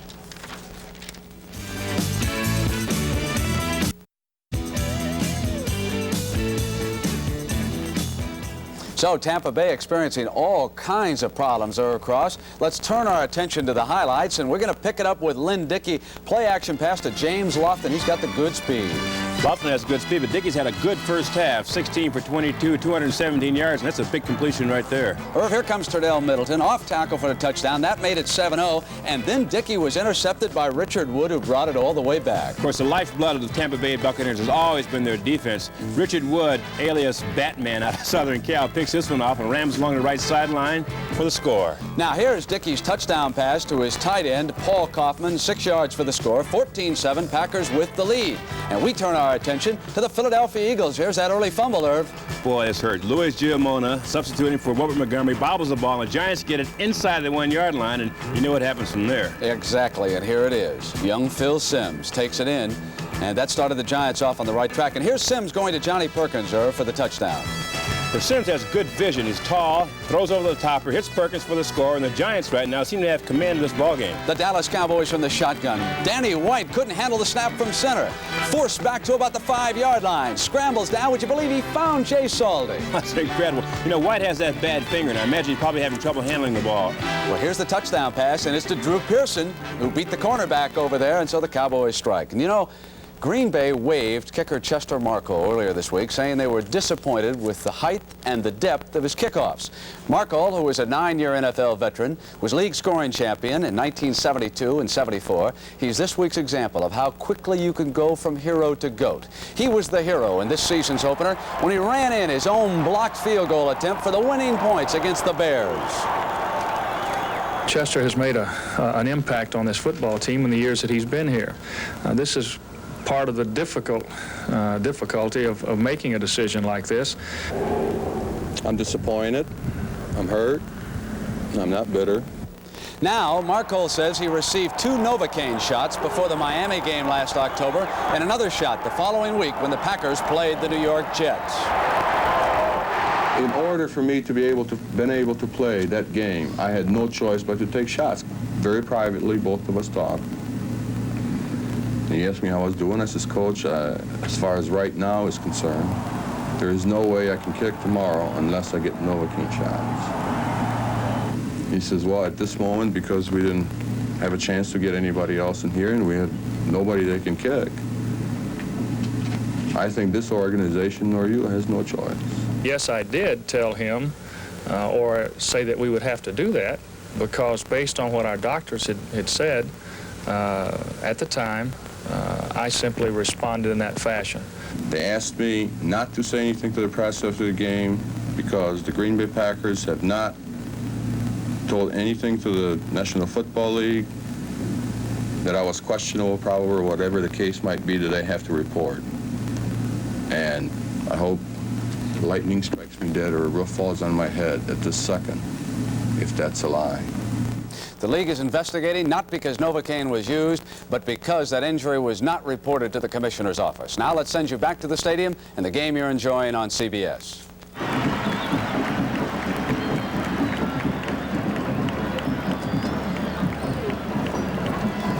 And here in Tampa, Florida, the Green Bay Packers have a 7-point lead over the Tampa Bay Buccaneers, 14-7 at halftime. And as you can see, teams are coming back onto the field here. And very shortly, we'll be kicking off for the second half of play in Tampa.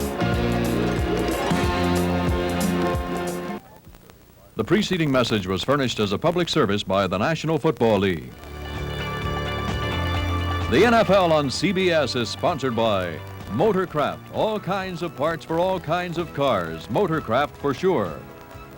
Sylvania, makers of Superset Color TV and a complete line of home entertainment products. And by Transamerica Corporation. Transamerica Corporation offers you first-rate service at a fair price.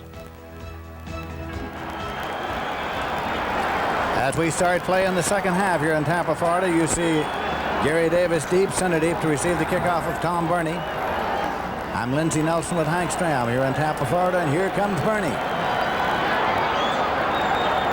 Gary Davis waiting at the 3-yard line. He's got it at the 5, at the 10, at the 15. Gary Davis to the 20, to the 25, and upended there by Mike McCoy. And so the Bucs will start it now 1st and 10. Packers have definitely dominated the first half of this game, 17-4, with first downs, rushing 62-70. But look at the passing statistics: 214-12 total, 276-82 in possession. Look at that, 21-48 to 8-12. It's hard to win a football game if you don't have the football. And yet they trail by only 7 points, which is the amazing thing of it all. 1st and 10 at the 29-yard line. They start with double tight. And Ricky Bell. And Ricky Bell, the tailback. They were most impressive from that formation in the second quarter, and they come out in the third quarter. It's easy to understand why they're using that kind of an attack. Look at Lynn Dickey, 16 of 22 for 217 yards and 1 interception. Doug Williams, 1 of 5 for 12 yards, no interceptions. What a contrast. Second down, 5 yards to go. But again, in all fairness to Tampa, they haven't had the ball very much, and the field position has really been bad, which is a great compliment to the Green Bay Packers. Double tight again, I formation. Ricky Bell in the tailback. Johnny Davis ahead of him. Williams. Oh, he's got the tight end open. Incomplete. You're right, he had him wide open. Giles.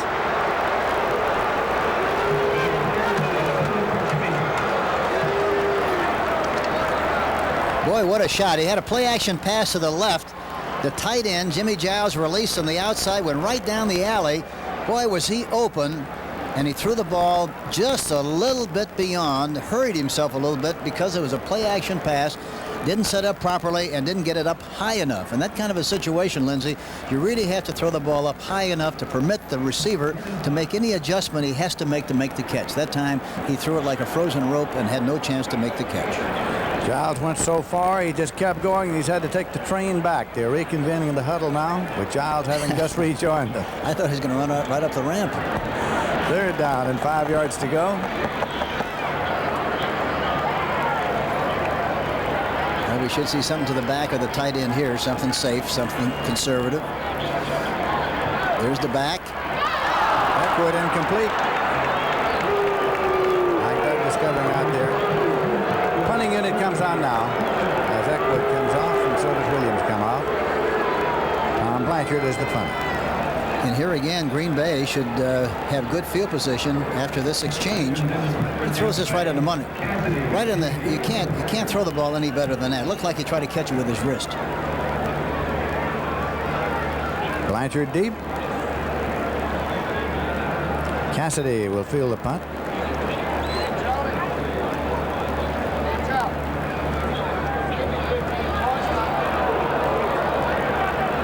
Under heavy rush.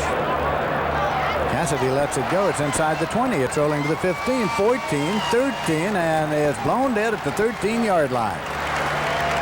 Green Bay Packers get it, but they get it 1st and 10 at their own 13 on the rolling punt.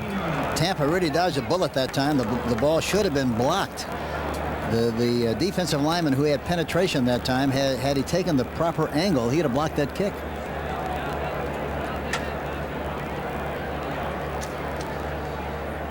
Looks like it. I thought it was Merrill, number 78, who had the good. There it is. Yep. Look at. See, had he gone right at his foot, he'd have blocked the kick.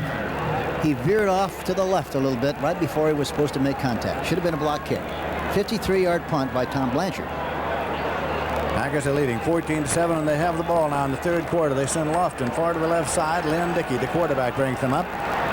Eddie Lee Avery and Steve Atkins are the setbacks. They're going to run right. Nope, they're going the other way this time. Atkins going nowhere. Mike Washington on that corner. The ball got loose. The scramble is on, and it's in the end zone. Eddie Lee Avery.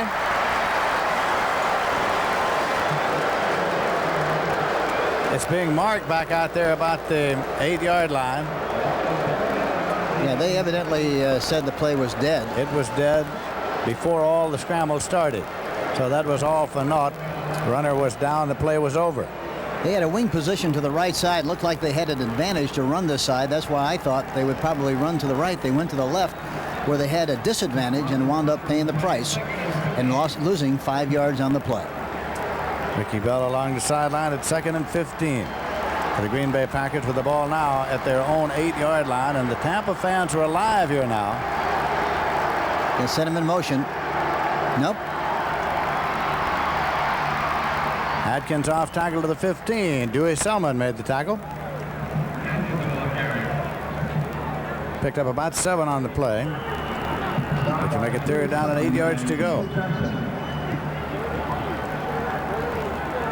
Bruce Radford's coming in defensively now. Just reactivated by the Tampa Bay Bucks. 6'6", 260. The one thing you don't want to do here is, what you know, Lindsey, is to get yourself in some kind of a bind or cough up the football and make a mistake. You've got to get it out of the soup, so to speak, and get in a good punting position if you're going to make the first down. 3rd and 8, and the penalty marker. It's going to be delay. It's going to be delay. Penalty marker is thrown. The 30-second clock ran out. That'll cost him 5.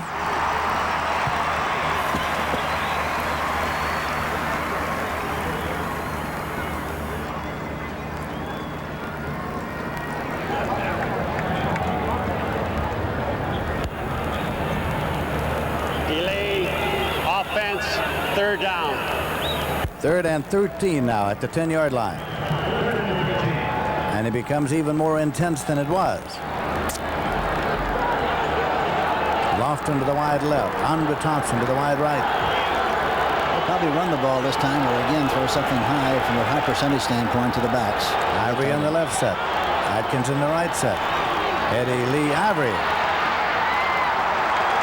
Out to the 15-yard line. David Lewis on the tackle. Punting unit coming on now for the Green Bay Packers. That's Avery getting up. That's a smart play, because the one thing you don't want to do is take any kind of a chance, and with the idea of coughing up the football, you try to get it out of there a little bit farther away from the goal line so you get a better kicking situation. But the important thing in that particular setting is that you don't cough up the football, which they didn't do. Not yet, anyhow. Beverly's in to punt. He's standing at his own goal line. You saw Danny Reese Deep standing at the 42-yard line, his own 42. Buccaneers want good field position out of this exchange here, with the Packers holding a 7-point advantage. We're in the 3rd quarter.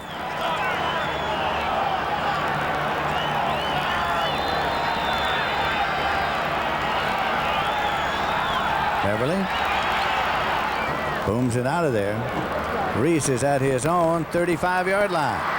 He's at his 40, and he stopped at his 42. And so the Buccaneers start 1st and 10 at their own 42-yard line. Beautiful pressure kick by Beverly, and good coverage by the specialty team.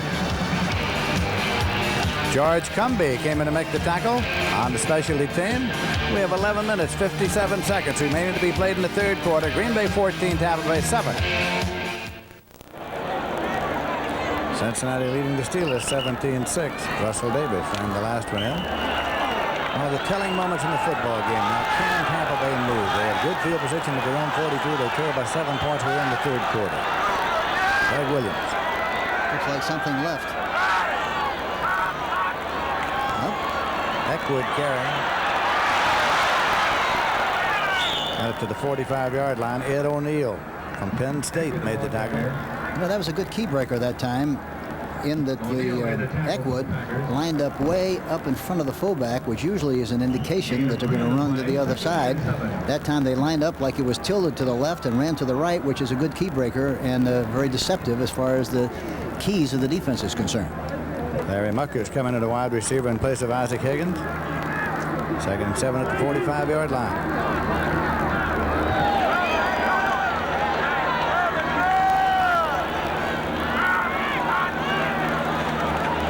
Ooh, what a hole. Gave it to Eckwood off the tailback, and Johnny Gray, Mike Douglas made the stop. Now that's kind of a counterplay. Watch. They fake to the fullback and then give it to Eckwood coming up the middle. Good blocking at the point of attack by the offensive line. Ray Schnell, number 72, did a good job. Jim Leonard, 62, did a good job, as did Roberts, all of whom got the kind of push you have to have on that kind of a play. 1st and 10. Eckwood came off. Ricky Bell is in there. Ricky Bell's got the ball. Jitterbugging up to the 40-yard line. Charles Johnson on the top. Flag down on the play, Lindsey. So there's one to check out here, being reported to referee Cal Lepore. Face mask. That's even more yardage for the Buccaneers.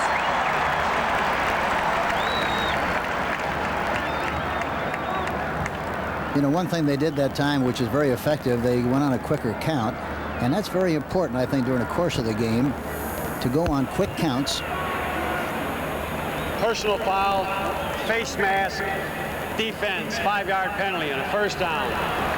There you see a shot. You don't see it very well, but there you see a shot of the face mask. And evidently by Mike Douglas, number 53. 1st down and 10 yards to go. The ball is at the 35-yard line.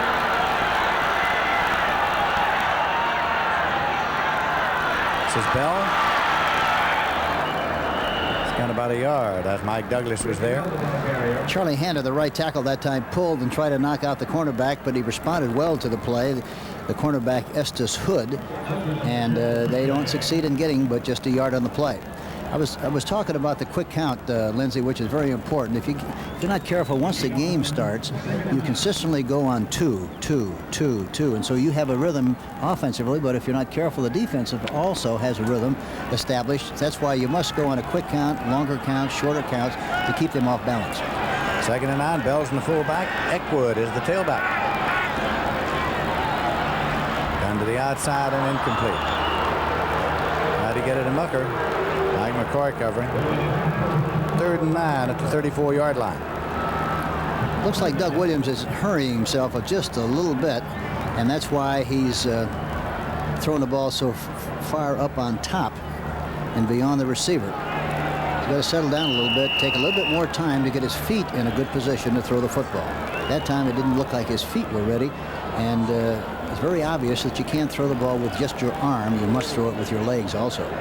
Big 3rd down for the Tampa Bay Buccaneers. They trail by 7. We're in the 3rd quarter. It is 3rd and 9 at the 34-yard line of the Green Bay Packers.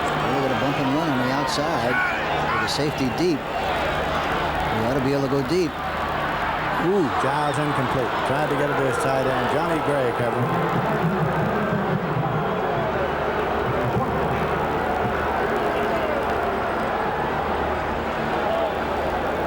Tom Blanchard has come on to do the punting.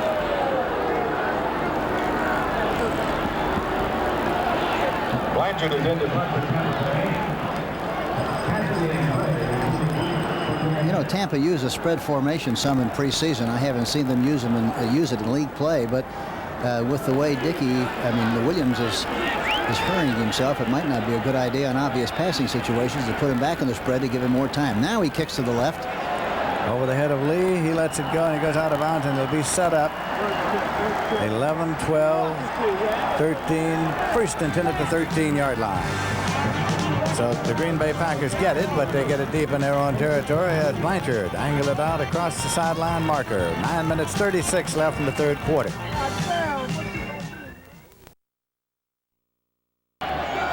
Green Bay Packers have a 7-point lead, and they have the ball, but they have it deep in their own territory. 1st and 10 at their own 13-yard line.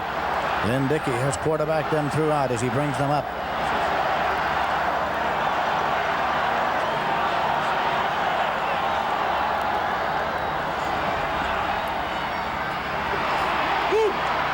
Adkins.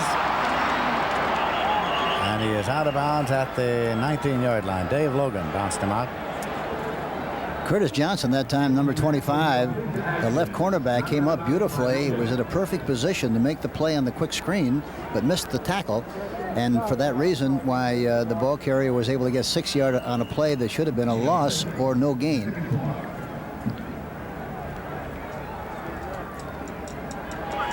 So it is 2nd down and 5 yards to go now for the Green Bay Packers.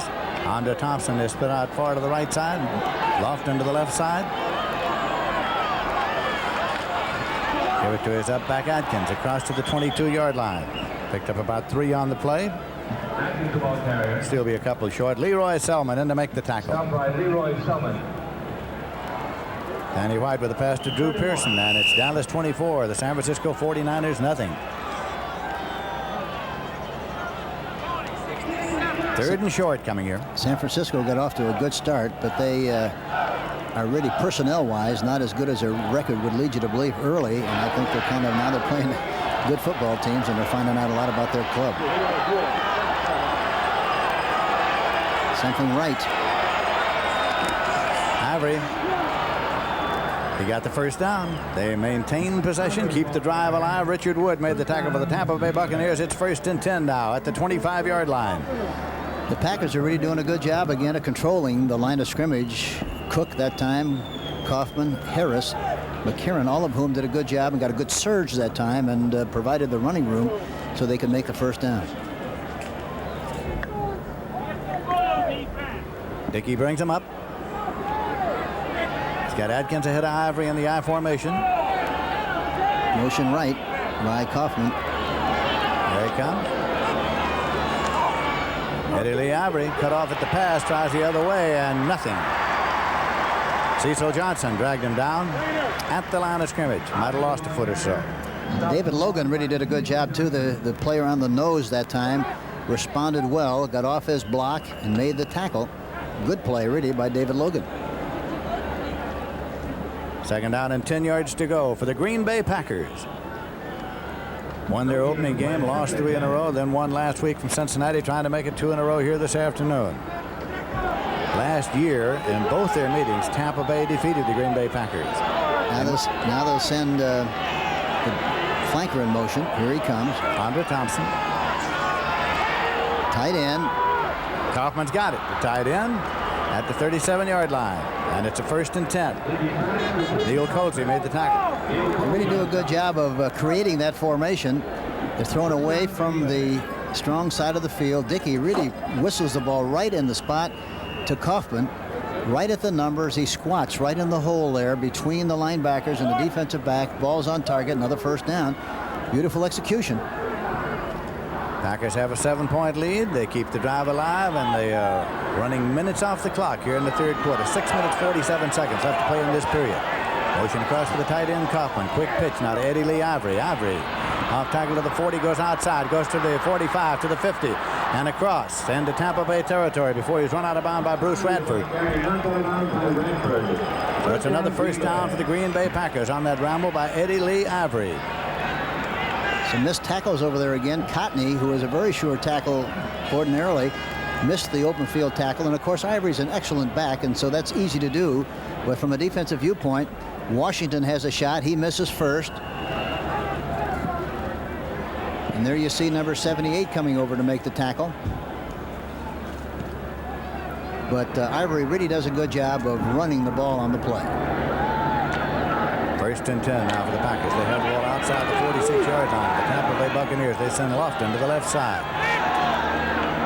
Andre Thompson and John Thompson. A pair of Thompsons left, and they bring Andre Thompson in motion across. Dickey to Lofton, and Lofton gathers it in at the 32-yard line. Norris Thomas along with Mark Cotney. That's a tough formation in that you have 7 on 7 and everybody playing across the board. Easy to read the coverage, and he did a good job of throwing a quick slant pass from a double wing, double tight, faking inside to Atkins. Good protection. Throws right over the top of the linebacker and puts it right on the money for the 1st down. It's 1st and 10 now for the Green Bay Packers at the Tampa Bay 32-yard line. Green Bay leading by a score of 14-7. They send Cassidy far to the left side. Andre Thompson far to the right side. No problem here with the official. 1st and 10 at the 32. Giants leading the Eagles 16-10 the third quarter. Giamona ran for the last one. Motion again to the right this time by Kaufman. Take to Turdell Middleton. Got it out to Andre Thompson on the screen right. Tries to cut back to the inside, and now finds some running room, and Andre Thompson. He's gone unless he gets a heart attack. Nope. Inside the 5-yard line. Andre Thompson. 1st down and goal to go. Well, that was a well-conceived play, a quick screen. And it looked like with the blockers he had set up in front that he was going to make it easy. You have to give the Tampa Bay a lot of credit. Fake to the left, throw back over to the right side. Penalty marker. To Thompson. Does a good job of picking his way, going all the way over on the other side of the field. Number 72 did a good job of blocking on the play. It had to be 62. But they call it back. It is an artful exercise and all for naught because the penalty is against the Green Bay Packers and puts the ball back to the Tampa Bay 43-yard line. And Cal Lepore will tell us about it. Personal foul, clipping 54. Offense is 1st down. Larry McCarron. McCarron, you'll notice, wearing a bit of plastic on a finger on his right hand so that he can snap the ball with his right hand. With the injured finger, tried snapping it with his left hand. Does it better right hand.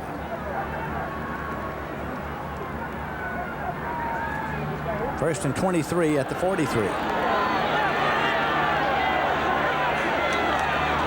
Turdell Middleton to the 41-yard line. He got 2. Cecil Johnson made the tackle. Steve DeBerg passed to Dwight Clark for the San Francisco touchdown. 24-7 in the second quarter, Dallas.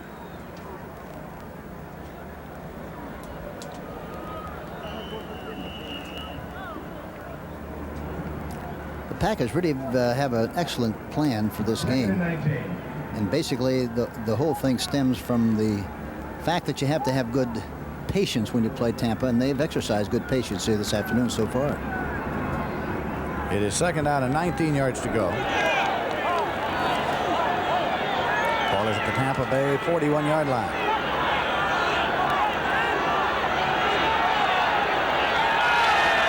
And there goes the flag again. It's going to be another delay penalty. 30-second clock expired once again.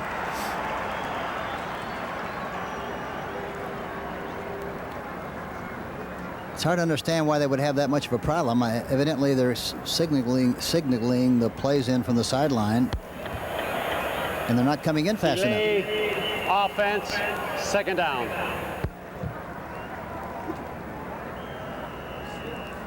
Second and 24. There's the 30-second clock. Started, of course, when the ball is marked ready for play. 2nd down and 24 yards to go at the 46. It's put up there so that the quarterback can see it. They hadn't run a draw for a while. This would be a good place for a draw to try to, well, they're running outside. Eddie Lee Avery stumbled across the 40. Radford on the tackle.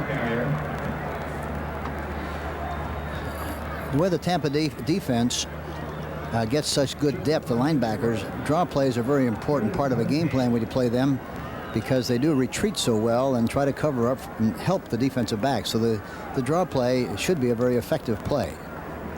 Draws and screens. 3rd and 17 at the 39-yard line.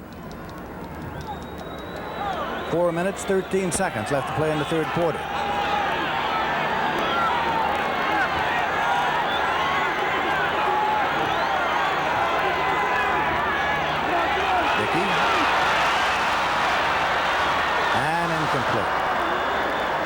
He had him open, just threw it over the top a little bit too high. Wanted to make sure he got it over the top of the linebackers. Tried to hit Cassidy on the inside area, but the ball was thrown too high. So the punting unit comes on now. David Beverly comes in to do the kicking for the Green Bay Packers. Danny Reese is dropping back to field it for the Tampa Bay Buccaneers.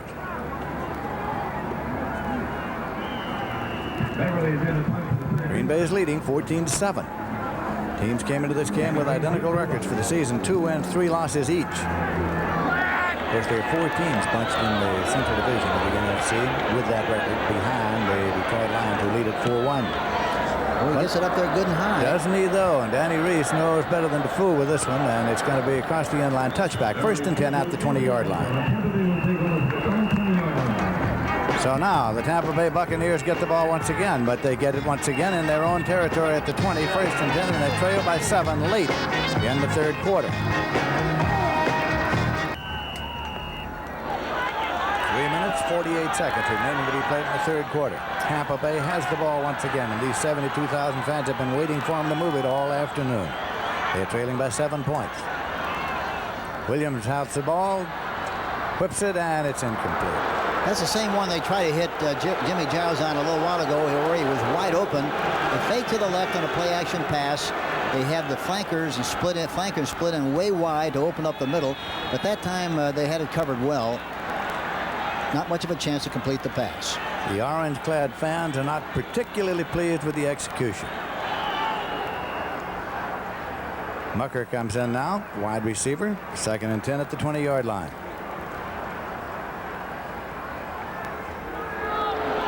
Gordon Jones in the wide left.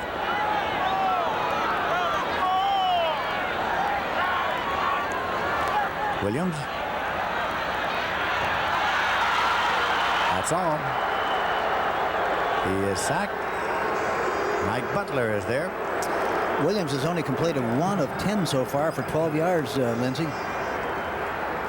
Just one of those days so far. He goes back in the pocket, and it looks like he's trying to throw the ball deep. And finally, Ezra Johnson gets on the inside. Butler comes around the backside, and they put the squeeze on him, and throwing for a loss makes it 3rd and 17. 3rd and 17 at the 13.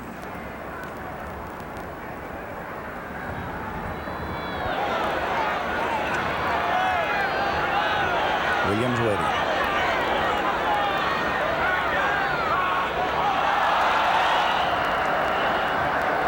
Penalty markers. You saw the movement. The tight end move that time, Jimmy Giles, which he can do. Was there contact?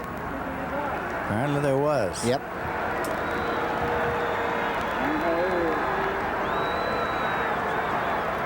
Well, look at this. Philadelphia 17, the Giants 16 in the 3rd quarter.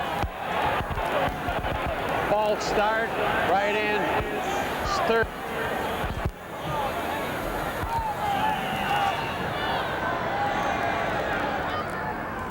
Five-yard penalty moves the ball back to the 8-yard line. Makes it 3rd down and 22 yards to go at the 8. Not an enviable position in which to have the ball.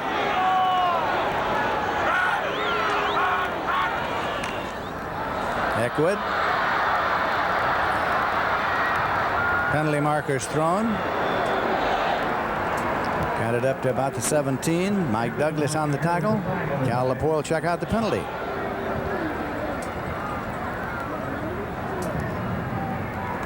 Clipping against the Tampa Bay Buccaneers. Nothing is going particularly right during this series for the Tampa Bay Buccaneers. I think they would decline the penalty and make them kick. I'm sure they will. Here they come. Blanchard's coming out to do the punting. Personal foul, clipping, 6 runs, offense, penalty decline, 4th down. Well, they've had a pretty good rush on Blanchard a couple of times here this afternoon. He is setting up on his own 2-yard line at the moment. Let's see if he catches the ball against his body like he has in the past. There's going to be some time in here where they're going to go after that kick and possibly have a chance to block it if he doesn't catch it out in front with his hands. He got it. Yeah, did a good job. He caught it out in front that time and got it away much quicker. Oh, what a lucky bounce. Lee let it Bounce, and it went by him. He picks it up at the 21, and Lee gets it back to the 23-yard line. Tony Davis downfield to make the tackle, so it's a 1st and 10. Green Bay Packers get the ball, but they get it at their own 23, and they have a 7-point lead late in the 3rd quarter.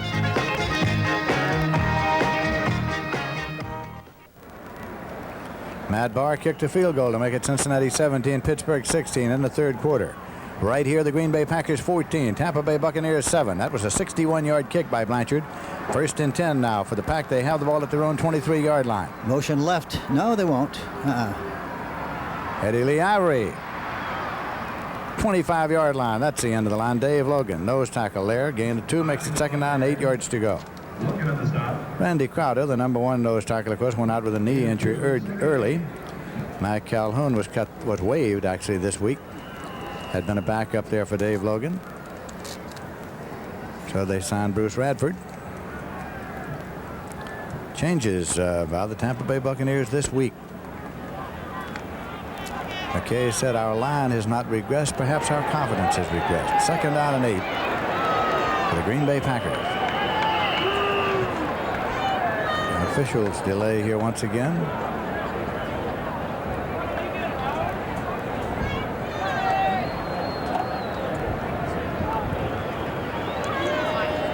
Yeah, it's more mechanical trouble.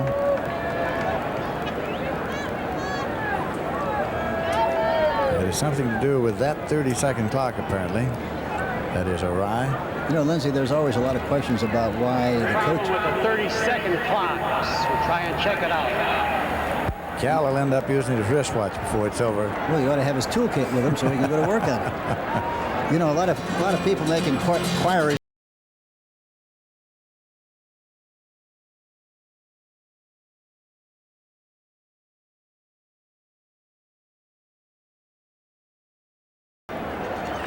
This is Lindsey Nelson with Hank Stram here in Tampa. And Cal Lepore went over and made a phone call, presumably, and now he's going to tell us something else.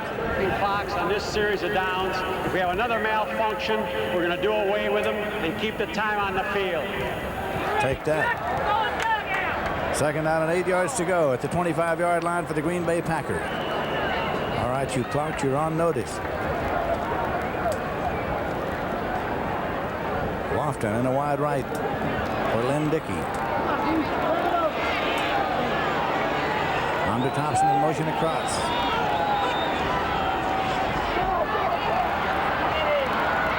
Adkins got it out to the 35. David Lewis on the tackle. First time they've run the draw play in quite a while, and it was very effective. And you know, the great thing about a draw or a screen, even though you don't make more than 4 yards, is very effective. There you see the draw play run by Atkins. The left guard, Goforth, doing a good job of pulling through the hole. Goes through there for a sizable gain and a 1st down. But even if you run a screen or a draw and it makes it just 4 yards or more, it's very effective because it slows down the rush and keeps the linebackers from getting the deep drops that they have to get on pass coverage. 1st and 10 outside the 35-yard line. Lofton in motion this time across. This is Atkins again. Looking for a place to turn, but Cecil Johnson is there. They'll mark it up here at the 34-yard line.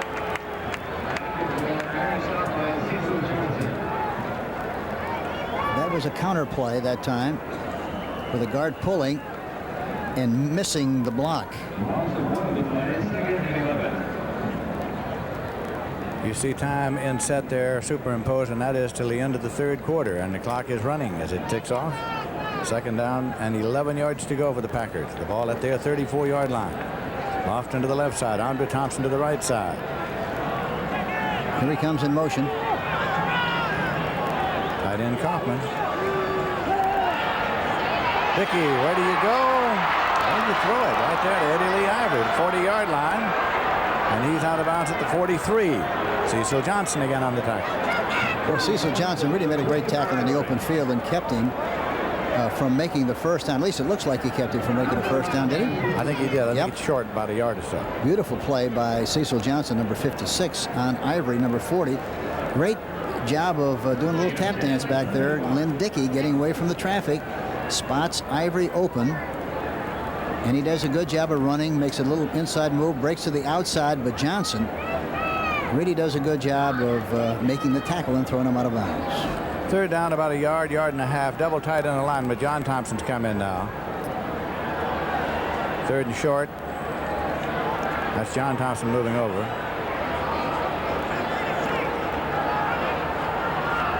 Adkins, where do you go? He didn't get the first down. It'll be fourth down coming up. Norris Thomas cut him off at the pass. Yeah, no way you can make that kind of a move on short yardage. You've got to stick it in there tough and get the most out of the play you possibly can. Once you start inside and try to get outside, you're in trouble. That's the end of the third quarter with a score. Green Bay 14, Tampa Bay 7. We now pause for a word from your local station. For you three Palookas. Too many, that's right, Schwimps. Too many Palookas.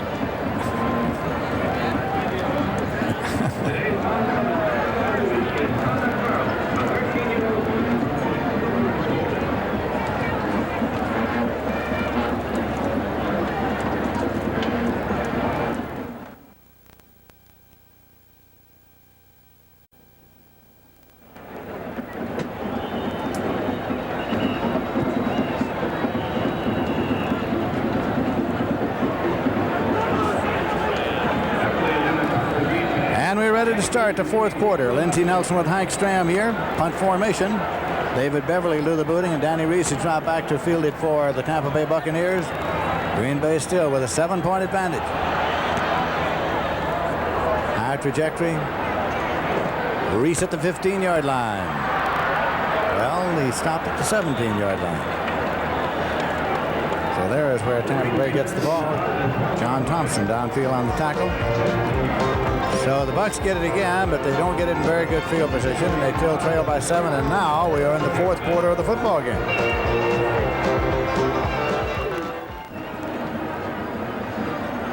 You know, we talked about calling plays. 21 of the 28 teams approximately in the league are calling the plays from the sideline. And we'll talk further about it as we go along.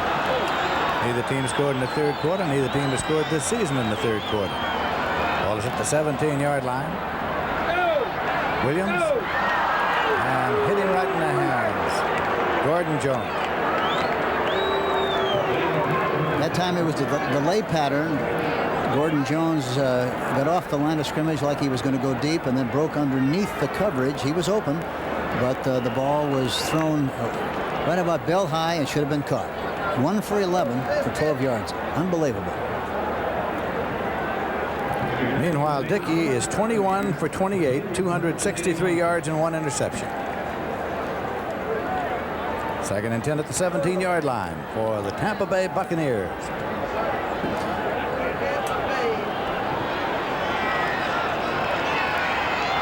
Eckwood and Bell are the setbacks. Williams. Tight end. He's got it. Jimmy Giles, and he's down across the 45-yard line. Johnny Gray on the tackle. Jimmy Giles right there.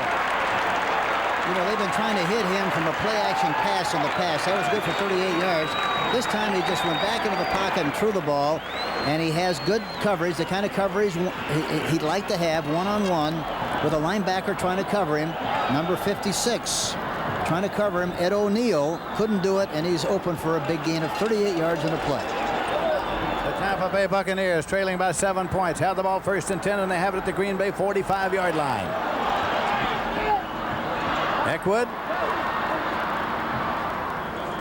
got about a yard as Steve Luke was in to make the tackle. And here again, the defense did a good job of stringing out the play. Butler, number 77, playing the defensive end, did not get hooked on the play, which is so important. And they only gained 1 yard on the play. Second down, 9 yards to go, and the ball is at the 44-yard line of the Green Bay Packers, who lead 14-7. Larry Mucker is coming at a wide receiver now for the Tampa Bay Buccaneers, coached by John McKay. Eckwood's in the tailback. Bell is in the fullback and has McKay pacing along the sideline. If they throw the ball, the tight end or the back should be open. There's the tight end again. There he is. Giles can't hold it. Jimmy Giles can't hold it. He had it in his hands and could not hold on.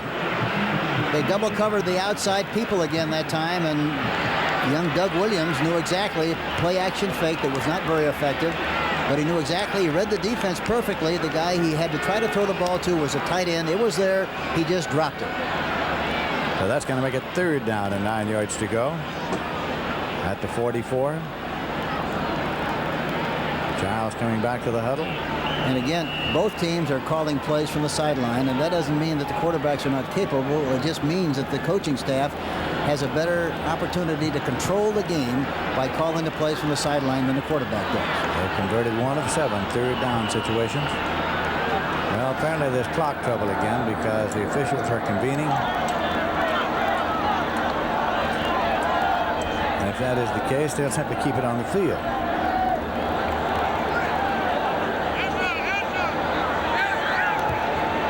The old story about calling the plays from the sideline, Lindsey, you know about the coach, quarterback looking to the sideline for some more help, and on a 3rd and long, 3rd and 20. And the coach turns to the other coach and said, listen, the kid's got a 4-year scholarship. We've got a 1-year contract. Let him call his own plays. Cal LaFour is talking to John McKay. It's not a very difficult thing to explain. We're going to keep it on the field. I think that's what he's doing. Sellout crowd here this afternoon at Tampa Stadium. Now, Bart Starr will be informed of the same situation here.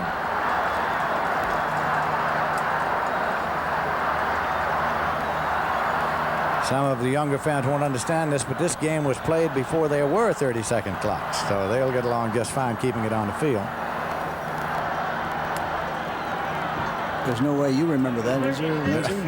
I read about it. Clock's here. It's going to be kicked on the field. They're going to reconvene the huddle in the meanwhile.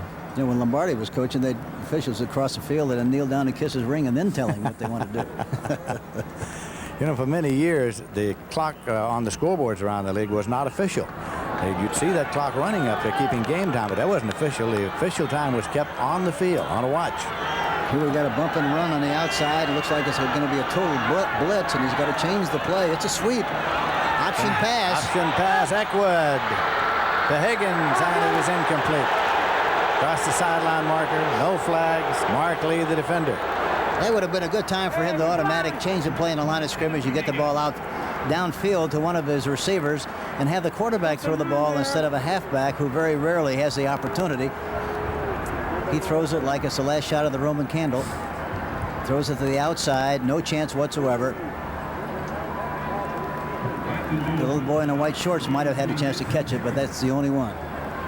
Higgins, the intended receiver. Punt formation now. Tom Blanchard in to do the punting. And again, a good guess by the defense, the Green Bay Packers. Our catch signal goes up. He doesn't have to play it, and he doesn't, and it's in the end zone, and it's going to die right there for a touchback. 1st and 10 at the 20-yard line. So Tampa Bay gets it, but again, they get it. Dallas leading San Francisco 38-7 in the 2nd quarter. Danny White to Drew Pearson for that latest touchdown. Right here we have 12 minutes 49 seconds left to play in the game. Green Bay 14, Tampa Bay 7. 1st and 10 for the Pack. Running off the tail of the tandem. Cecil Johnson coming up. Cecil Johnson made the stop. Gain of 4, 2nd and 6. While they're spotted at the 24-yard line, make it 2nd down and 6 yards to go.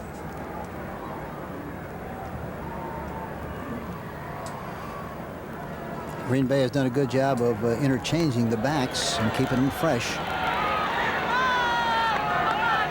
Dickey brings them up.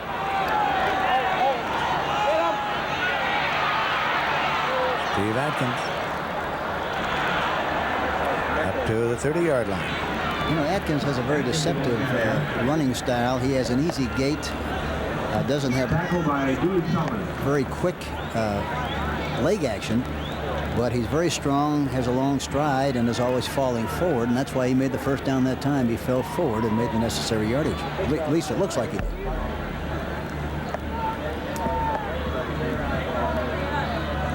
Rams 14, St. Louis nothing. Greg Gamble ran the last one in. It's going to be 3rd down and less than a yard. Just missed. 3rd down and inches to go for the 1st down.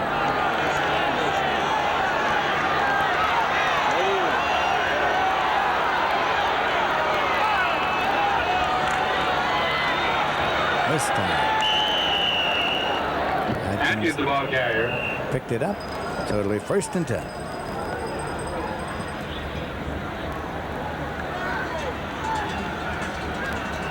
Boy, Dickey's had some day this afternoon, hasn't he? And you have to admire all the adversity that he's gone through, all the physical problems that he's had, and come back and play like he's playing here this afternoon. It's really something. And it comes on the heels of a great performance against Cincinnati last week.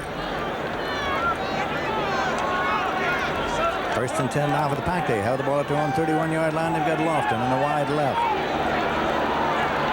Look at that, 20, 27.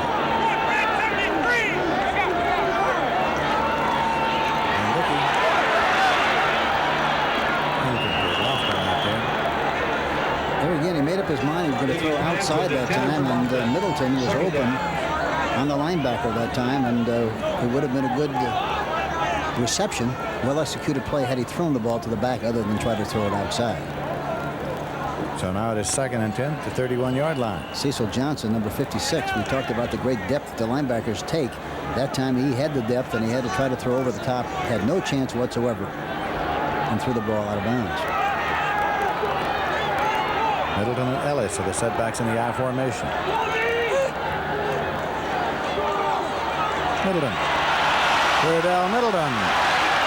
Speedster. And he got around across the 35 to the 38-yard line. Colsey and Curtis Jordan made the tackle. Well, you talk about happy feet. He's got him, hasn't he? Ball spotted at the 39-yard line. So make it 3rd and 2. 3rd and 2. Atkins in and Ellis going out. John Thompson comes in. Lofton's gone off. Middleton and Atkins there in the huddle. The setbacks in this alignment.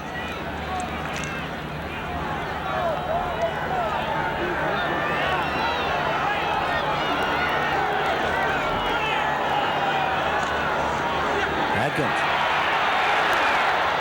looking for the 1st down, but it's going to be marked, I think, a little short of the 40. Cotney and Wood made the tackle. Stop by Cotney. That's one of the few times on a short yardage situation that they've run to the left. They've been running to the right. They kind of outsmarted themselves that time by deviating from the plan to run to the right, and they don't pick up the necessary yardage on the last running play.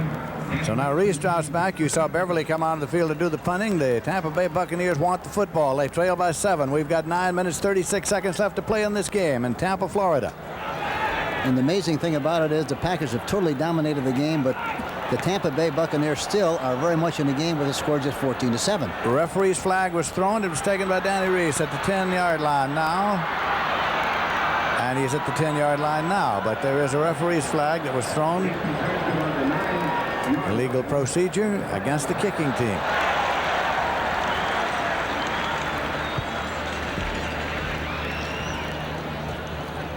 So they'll bring it back, penalize them, and do it all over again.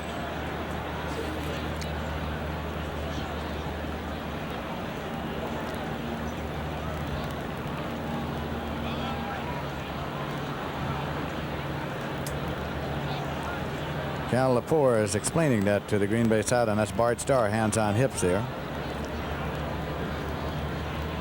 Especially teams of both teams really have done a good job here this afternoon, Lindsey, haven't they? Have indeed. Now Cal will tell us. Illegal formation, offense. Number 67 had reported as an eligible on the previous down and played an ineligible position on this down. Sport down. So we have an administrative error. He looked at the wrong chart.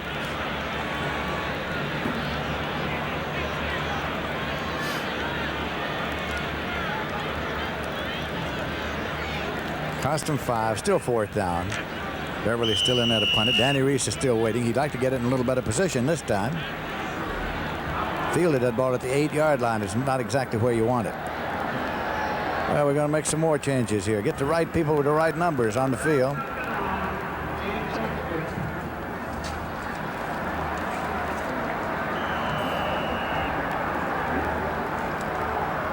Jim Leonard makes the snap. in punt formation. Of course, he's playing center regularly today. You know, I've seen Tampa play all during the preseason in many games, and they wind up in this situation so often in the fourth quarter. Reese took it at the 26, and he has driven it up to the 38-yard line, 37. Mike Jolly. By that I mean they've totally been dominated by the other team, and yet in the fourth quarter they're still in the game very much, and they're in that same situation here this afternoon in Tampa with a score 14-7 in favor of the Green Bay Packers.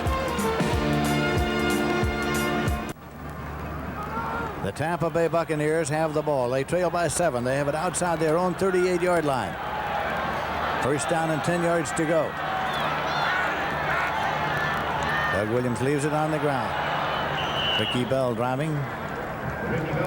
George Cumby coming in to make the tackle. Ricky Bell said that when he first joined this franchise, it was strictly BYUB, bring your own blockers. And it was. Last year they won the division championship. Second down and 6 yards to go. Either that or else don't give the ball to Ricky.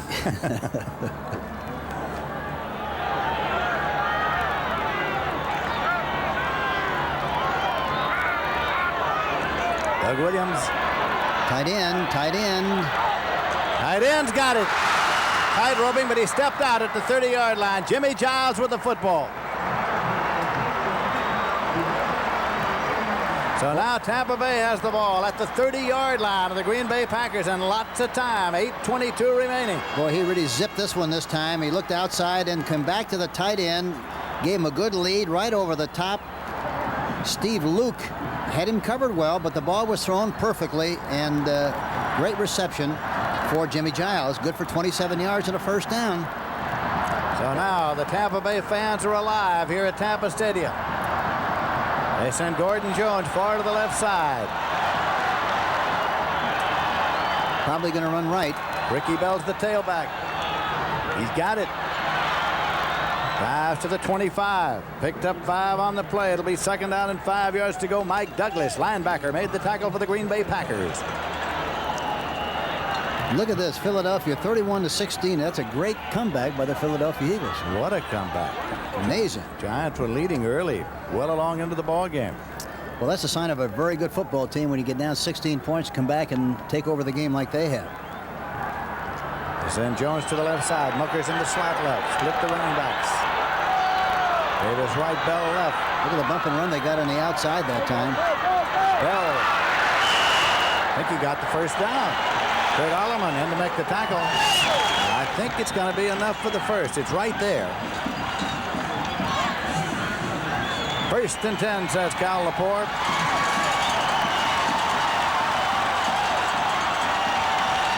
So the Tampa Bay Buccaneers, realizing that this is their opportunity, trailing by 7 points, have driven to the 20-yard line, first and 10, and here's where it starts to get tough. Isaac Higgins comes into the ballgame at a wide receiver for Tampa Bay.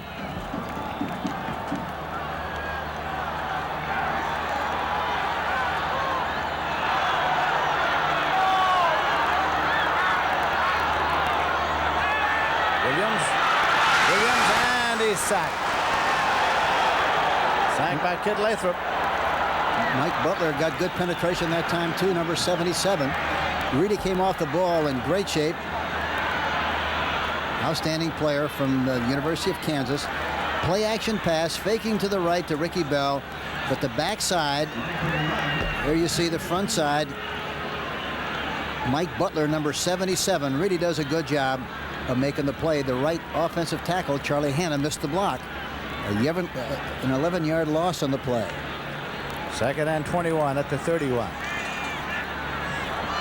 Second time Williams has been sacked. He was sacked 4 times Monday night against the Chicago Bears. Yeah, that was a tough play there.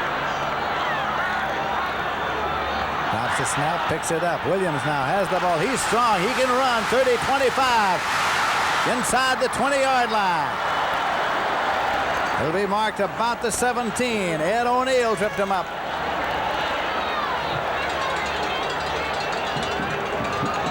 You know, it's funny on that kind of a play when you fumble the ball, the defense seemingly relaxes just enough, and And they kind of take a look and see what's going on. All of a sudden, there's running room.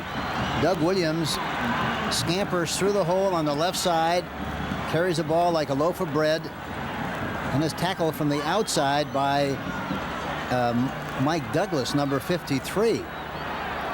Gets the first shot at him, a good open field tackle. It is 3rd down and 7 yards to go, and the ball is at the 17-yard line.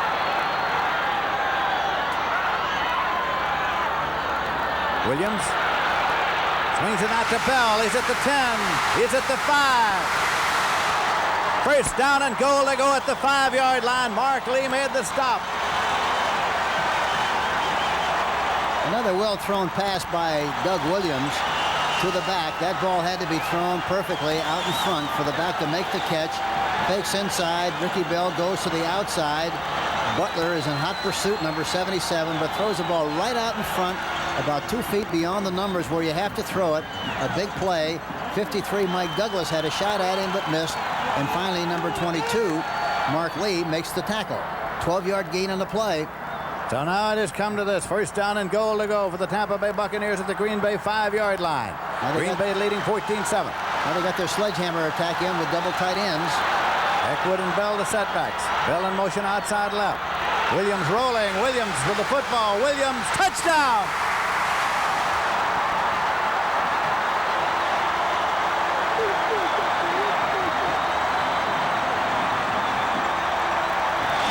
Doug Williams took it in for the touchdown. That makes it 14-13 and a conversion attempt coming. Doug Williams fakes inside to Eckwood, rolls to the outside, has the option, but he sees running room and scampers in for the touchdown.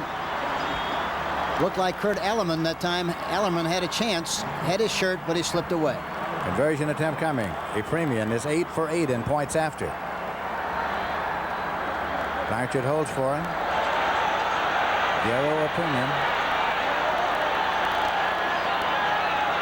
Blanchard puts it down. And it's good, and the score is tied. The Tampa Bay Buccaneers have come back to tie the score. So it is now Green Bay 14, Tampa Bay 14. We have 4 minutes, 49 seconds left to play in this football game.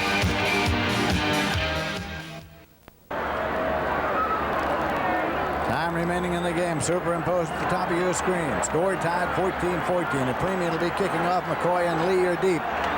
Yarrow Ephraimian. It'll be interesting to see how long he kicks this ball this time. Over to McCoy's side of the field. McCoy at the 1-yard line. McCoy to the 5, to the 10, to the 15, to the 21-yard line. First and 10 for the Green Bay Packers at their 21 as Aaron Brown again made the tackle. There's the last scoring drive that tied the score. That little rascal kicked it down there pretty good that time, down to the 1-yard line. Didn't think he could kick it that far. So now, the Green Bay Packers, who statistically have won the battle, will see if they can move the football. Mickemeyer kicked a field goal. Baltimore leading Buffalo 17-12. It's incredible how Green Bay has dominated this game, and now it's 14-14. Motion right by Kaufman. There he goes. That's it. Screen right. Dave Stahls up on the tackle.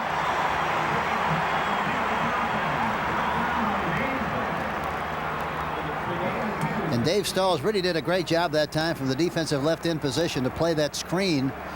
Reacted well to the outside, maintained outside leverage, and made the tackle. Gain of only 2 yards on the play. Makes it 2nd down and 8 yards to go.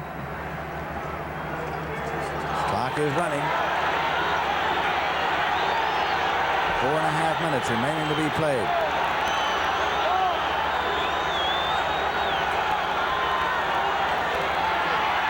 Dickey up the middle, and Eddie Lee Avery has it at the 45-yard line of Tampa Bay. Neil Colsey made the stop. So now it's the Packers who have come back here to drive into Tampa territory just outside the 45. Boy, a beautiful play-action pass that time. Lynn Dickey throwing the ball right down the middle, right down the seam. Beautifully over the shoulder caught by Ivory. A big play, good for 31 yards. Boy, you talk about getting out of the soup. They got out of it with that play. It's a beautiful play by the Green Bay Packers. Lofton's in a wide left. Dickey brings them up.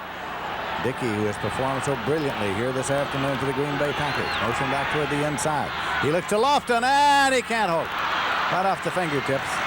Norris Thomas covering, 2nd and 10. That kind of a play is a tough one if you don't throw the ball right at the numbers or below the belt high or below, because if you throw it high like you did the last time, that ball can be deflected and turn into an interception. So you have to really throw it at the numbers or below. 2nd and 10. The Packers at the Tampa Bay 45-yard line. Score tied 14-14. Lofton left on to Thompson to the right side for Lynn Dickey. Kaufman will go in motion again, I think. And he does across right. Swing out to Eddie Lee Ivory, who cannot control the football and now has it at its own 48-yard line.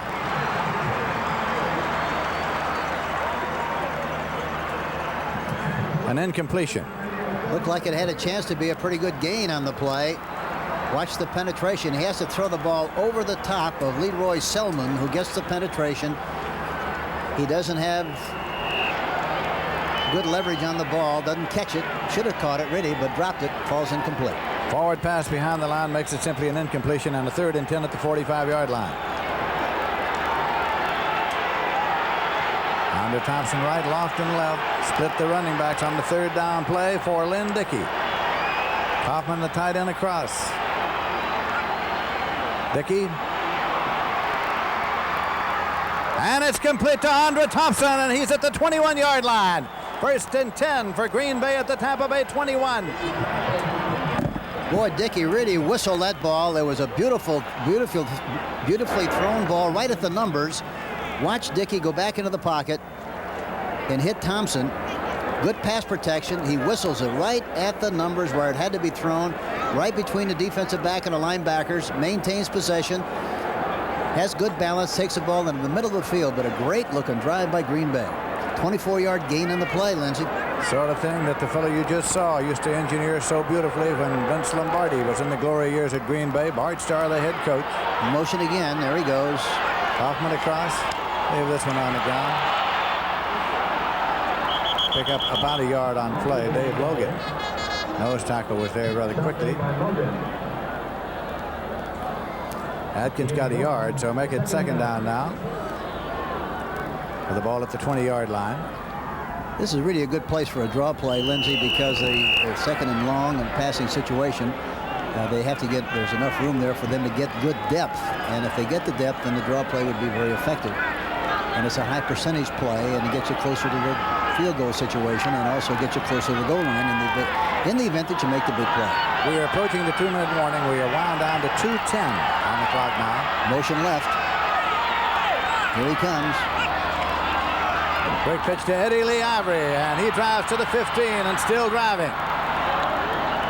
And he's very close to the 1st down. Cecil Johnson made the stop. We've reached the 2-minute warning. We've wound down to 1:59. They'll check out to see whether or not he's got the 1st down before they spot the... Well, the chain crew started out, and they were stopped because the head linesman hadn't marked it. So we've reached the 2-minute warning. We're in a 14-14 time. We come back, we'll tell you whether or not they got the 1st down. Okay? 1st down for the Green Bay Packers at the 11-yard line of Tampa Bay. It's 1st and 10 at the 11. Time remaining 1:59. Score tied 14-14.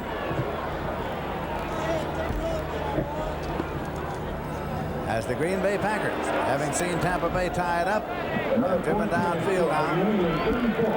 They get this close. Already within field goal range. And a game that is tied. Now you see the 1st downs. You know, Sipes a couple of weeks ago threw for 318 yards, which is the largest amount of yardage against the Tampa Bay Buccaneers. Today, Dickey is throwing for 321. What a big day. 2nd consecutive week he's had a big day. Eddie Lee Ivory. At most a yard, maybe 2. Dewey Selman, along with Andy Hawkins on the tackle. It's at the 9-yard line. Make it 2nd down and 8 at the 9. And Dickey is 24 of 34 for 321 yards and one interception. That is a big day. Clock is running. You see it ticking off there, superimposed on your screen. That is time remaining to be played in this game.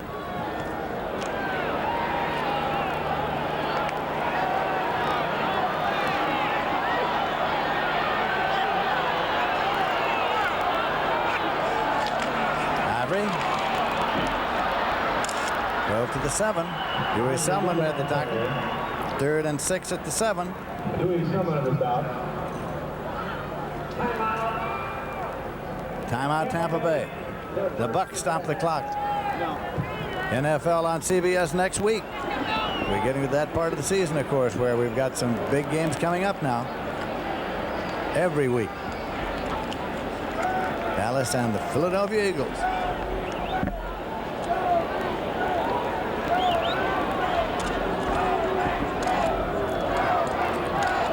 When play is resumed, we have 1 minute 13 seconds left. Our executive producer is Charles H. Milton III. And our producer is Howard Reifsnyder. And our director, Mr. Robert Daly.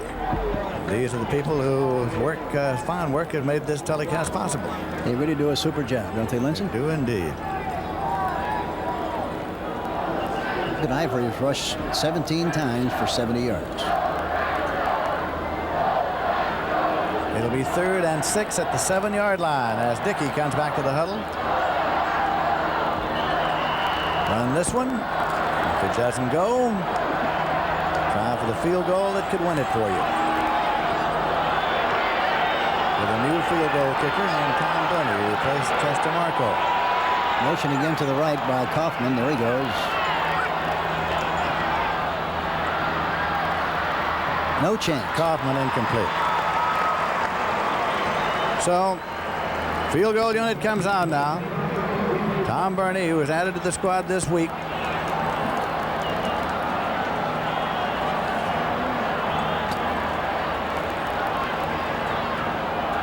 David Beverly holds.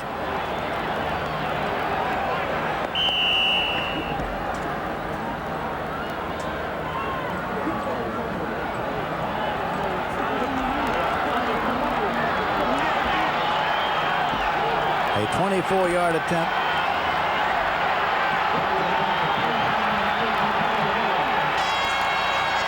He's a left footer. No good.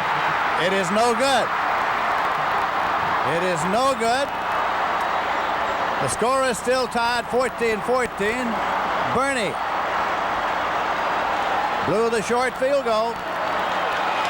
And in dejection, he heads for the sideline. Ball will be marked at the 20-yard line, 1st and 10. And the Bucs get the ball. The score is tied, and we are that much closer to going into overtime here in Tampa, Florida. Look again. Here's the kick. And it's wide, that's all. You know, it's unusual for a left-footed kicker to kick the ball to the left. And normally he's going to hook it a little bit and miss it on the right side. But he kept it outside, evidently anticipating a little hook, and it never hooked. Score tied 14-14. 1st down and 10 yards to go for Tampa Bay. They held the ball at their 20, and we have 1 minute 5 seconds left to play.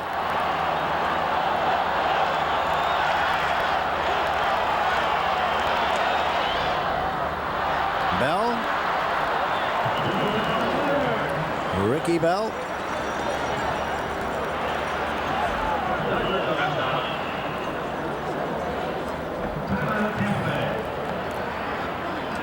Timeout, Tampa Bay. Big lineup tonight on CBS. Some great shows. Starting off, of course, with 60 Minutes. Ricky Bell has rushed on 17 occasions, good for 72 yards.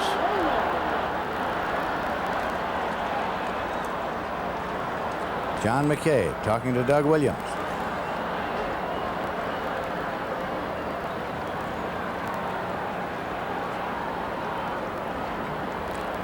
Second and 3 at the 27 when play is resumed.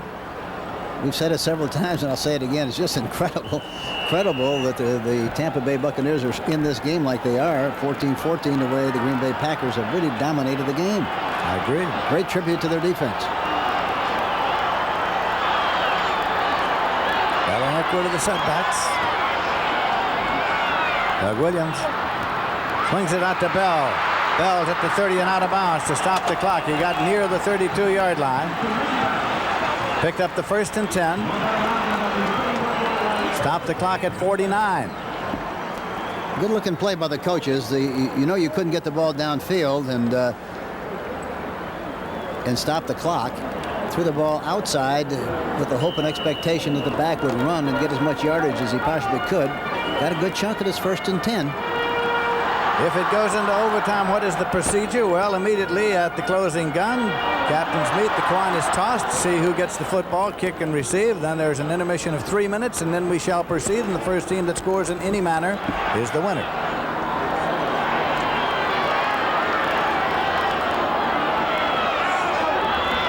Mucker in motion back to the inside. Doug Williams retreats.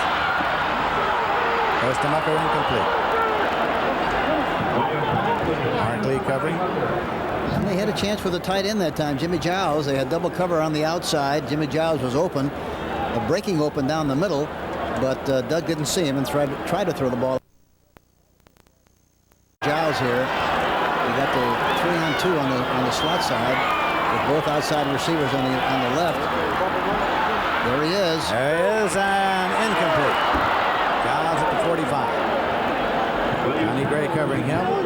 He threw the ball to the right guy. They had 3-on-2 on the left side. They had 2 outside receivers on the left side, and Jimmy Giles alone 1-on-1 on the backside. They tried to hit him deep, and the ball was incomplete.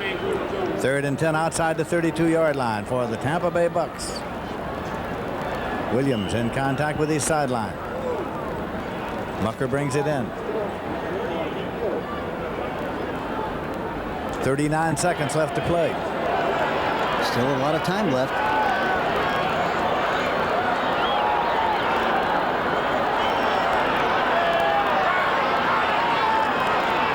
Eckwood at the 38-yard line. Estes Hood was there. Mike Douglas also. So now we got a 4th and 3 coming up with 34 seconds on the clock. And the punter has come on for Tampa Bay. That's Tom Blanchard. You don't think they'll try to block the kick, do you?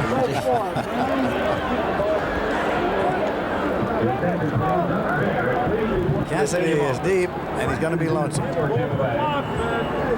That's Cassidy. And we ought to watch Blanchard, see if he catches the ball against his body here. It could make a difference as to whether he gets the kickoff or not. Packers are rushing 10 with 34 seconds on the clock. Score tied, 14-14. Blanchard gets it off. Cassidy at his 17. Cassidy to the 20, the 25, the 26-yard line. They didn't go after it that time. They had a return on instead. They looked like they were going to go after it, but they decided to lay off. Scott Brantley made the tackle. They'll start 1st and 10 at the 26. Clock says 23 seconds left. Green Bay has 3 timeouts left. Tampa has 1. 23 seconds left. Score 14-14.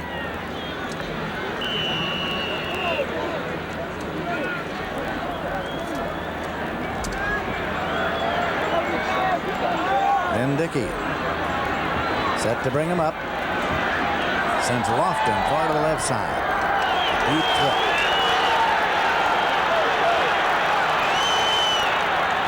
Lofton in motion back to the inside. Swings it out. Eddie Lee Ivory with the juggling act, and he still got it, and he's at the 40, and he's upended at the 40-yard line. Eddie Lee Ivory. Danny Reese finally brought him down. Timeout, Green Bay. They spin one. Dickey back to throw. Over the top, out in front of Ivory. Does a remarkable job of concentrating on maintaining possession of the ball. runs into an offensive lineman, specifically Leotis Harris, number 69. But they stop the clock with 13 seconds, score 14-14. And 2 timeouts left for the Green Bay Packers. Zeke Bradkowski and Bart Starr talking to Lynn Dickey. 13 seconds, and the clock will start on the snap. Score is tied here, 14-14. It is first down and 10 yards to go for the Packers, and they have the ball at their own 40-yard line, just across it.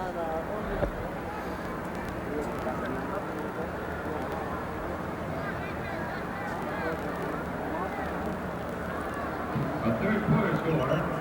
The Chicago Bears 7 and the Minnesota Vikings 6. Ball has been marked ready for play.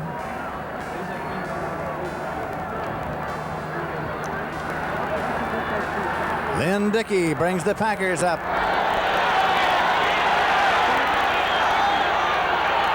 Lofton in motion across. Lynn Dickey. Lofton incomplete. Clock says 7 seconds. Richard Wood there, the 54. There again, you throw that ball high. It was almost intercepted. That ball must throw. And anytime you throw inside, Lindsey, you have to throw the ball at the numbers or below, because if it's high on top, like that last ball was thrown, there's always a chance for the interception. It was close to being intercepted that last time. It was. It'll be second down, 10 yards to go.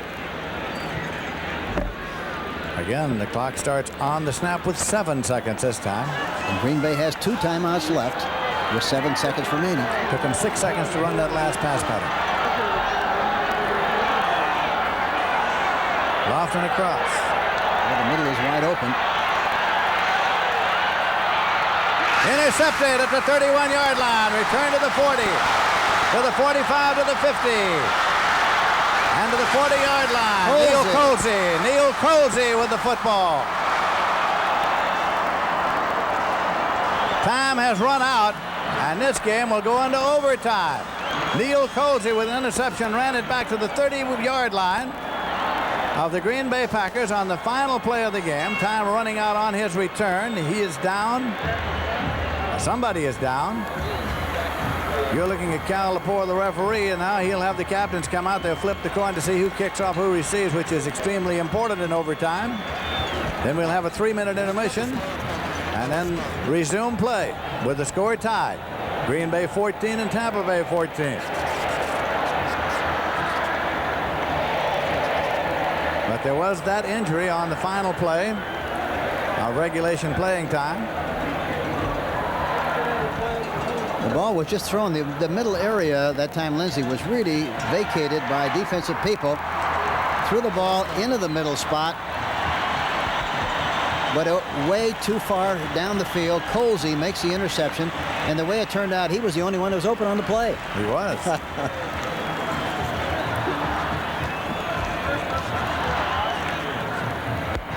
here we go. We're about to get the... Okay, call it. Heads. Calls heads. It is heads. Green Bay wins the toss. Elect to receive. What goal do you want to defend? What goal do you want to defend? Tampa Bay will kick off left to right. Green Bay wins the toss. Elects to receive. That's it. Good luck. So the Packers' luck is holding on. They will get the football as we will be going into overtime here. And the first team that scores by any means will be the winner when we resume here in Tampa, Florida.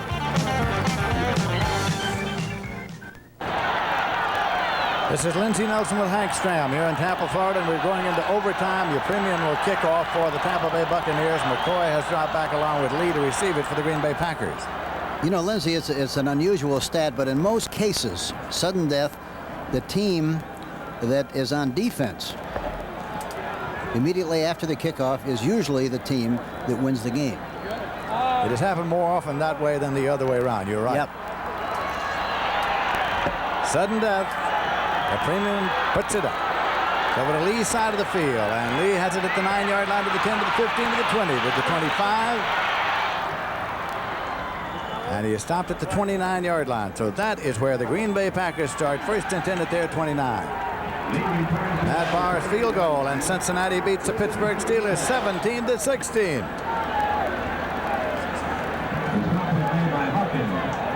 Right here, we're on a 14-14 tie. First and 10 at the 29-yard line. You play in regular season games 1/4 of sudden death football. The first team that scores by any means, touchdown, field goal, safety, is the winner. Here comes Kaufman in motion to the left. There he comes.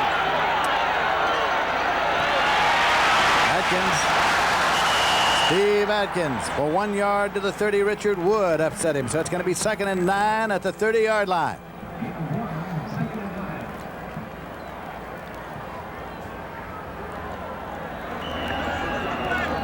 Sudden death in Tampa Bay.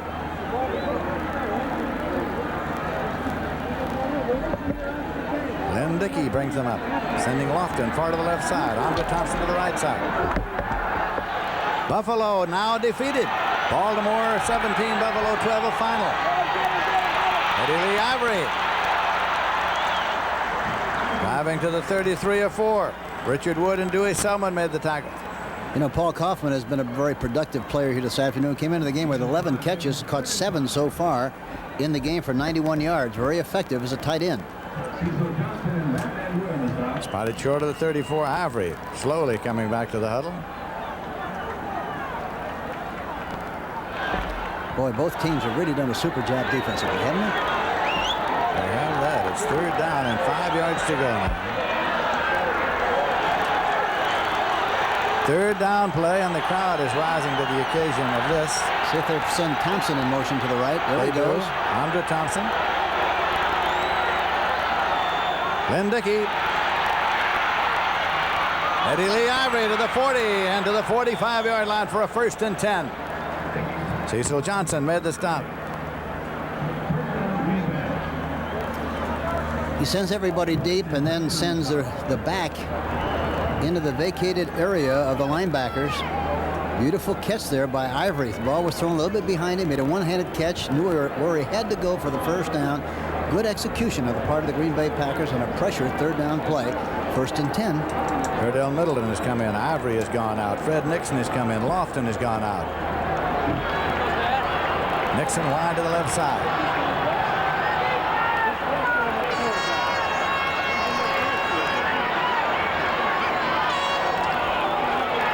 Take it to Nixon. Boy, that's a low percentage pass. Dangerous. It's a bad looking play, Lindsey. In this kind of a game, you make a mistake like that, you throw the ball on the left flat, and it's intercepted, and it's the bye-bye blues. It's all over with. He goes all the way for the touchdown. 2nd down, 10 yards to go. Packers ball at their own 45. Sudden death overtime in Tampa. Under Thompson to the right side. Lofton back into the left side. Going to run a draw play in there sometime soon.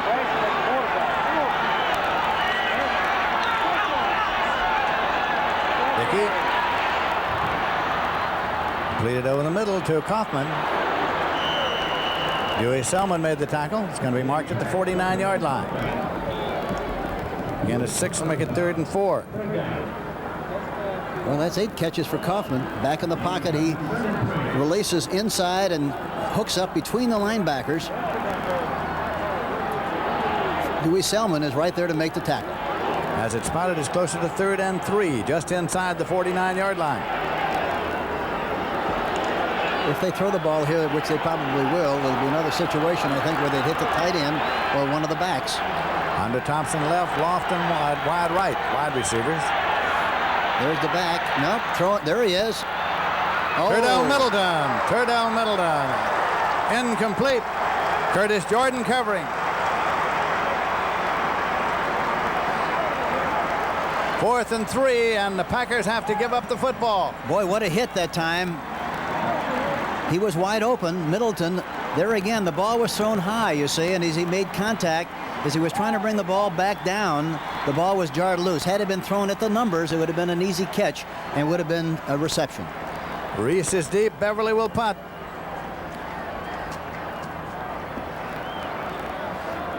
I don't know whether they have a pass play or a run from kick formation. Everybody's on the line of scrimmage. Last week, Beverly ran one out of there to preserve their victory in the closing minute at Cincinnati, against Cincinnati. Ball's at the 25, and it is down now at the 23-yard line. So the Tampa Bay Buccaneers will get the football. They'll get it 1st and 10. It's going to be spotted at the 25-yard line. Williams takes the snap. They keep it on the ground to Ricky Bell. Ricky Bell drove it up to the 35-yard line. Very close to the first down. Good surge that time by the offensive line, and Jimmy Giles, Charlie Hanna, Roberts, and Leonard, all of whom did a good job of blocking at the point of attack. Got a good surge, and they pick up 9 yards on the play. Makes it 2nd and 1. Here comes Eckwood onto the field for the Tampa Bay Buccaneers, and Ricky Bell is coming off. Score tied, sudden death overtime. I'd say a quarterback sneak. So leave it on the ground. Eckwood carrying, and Steve Luke there on the tackle at the 39-yard line. 1st and 10. The Tampa Bay Buccaneer offense is really coming off the ball good. Really getting a good surge and a good push and controlling the line of scrimmage at this particular stage of the overtime period. Eckwood has come off. Ricky Bell is back in there for the Tampa Bay Buccaneers. The clock says we have 10 minutes, 19 seconds left to play in the overtime period. Run China, okay? Bell drives up to the 44. Mike Douglas. Credit Mike Butler that time, 77, the defensive end. He stood up the offensive tackle, Hanna, and forced the play inside. Had no chance whatsoever to make much yardage on the play. 2nd down and 6. Eckwood coming on. Johnny Davis coming on. That means Bell moves up to the fullback. 2nd down play coming. You should see John McCabe. Merrill is in the game now, number 78. The counter play. Counter play with Ricky Bell breaking a tackle, but nowhere to go, and he stopped at the 40-yard line by Douglas. Boy, Douglas came across there, got good penetration. It was the same play they ran early in the game for a big gain, but Douglas was not fooled this time. Got across the line of scrimmage, missed the tackle, and then came back from the backside. Watch him. Watch him. Gets a shot, misses, and now watch him get up quickly. Watch him get up quickly, and he's involved in the pursuit. And here he comes. Beautiful play, making a tackle, helping on the tackle. Mike Douglas on Ricky Bell. 3rd down, a little less than 10 at the 40-yard line. Bell has rushed 20 times for 82 yards. Bell and Eckwood, the setbacks now. See if they try to hit Giles again. It is completed, but not enough for the 1st down. Johnny Gray. It's hard to see the way they marked it. Pulling down Gordon Jones. I think it's still going to be a little short, even where it's marked. I think so, Lindsey, but it looked like he marked it a lot more upfield than it looked like it was, actually. It's going to be closer than we thought.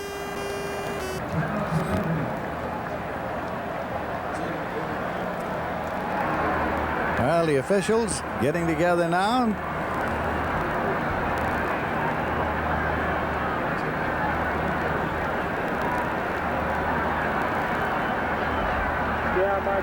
They haven't brought it to the inbounds marker. They've simply left it where it is spotted over there until they can determine whether or not it's a 1st down. They'll take the chain across to measure. So it's either 1st or it's 4th.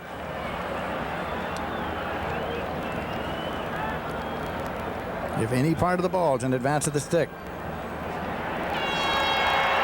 1st down. 1st and 10.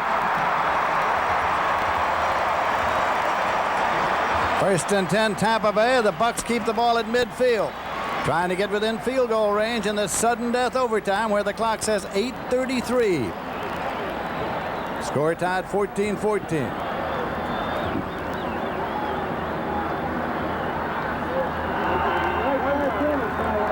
So now, the Tampa Bay Buccaneers have it at midfield.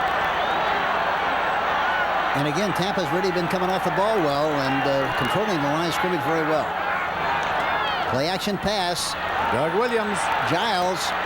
Giles has the ball and drops it at the 25-yard line. Steve Luke covering defensively. 2nd and 10 at the 50. They've thrown that about 4 times. Play action pass again. They've thrown that particular play about 4 times in a game, and they've been open almost every time. And I think of all the shots that he's had, he's only caught 1. That was catchable. Giles coming slowly back to the huddle. Last man back. Minnesota leading the Chicago Bears 13-7 in the 4th quarter. That's also in the Central Division of the NFC. As are both these teams in the Central Division of the NFC. Yeah, bump and run on the outside people. They might change and try to go up on top. Williams rolling. Williams rolling. Williams keeping the ball and goes out of bounds near the 40-yard line. Estes Hood taking him out. They went a blitz look that time, and looked like Doug changed the play at the line of scrimmage, went to the outside, had one-on-one, and for that reason, the outside man ran the defensive back out of the play.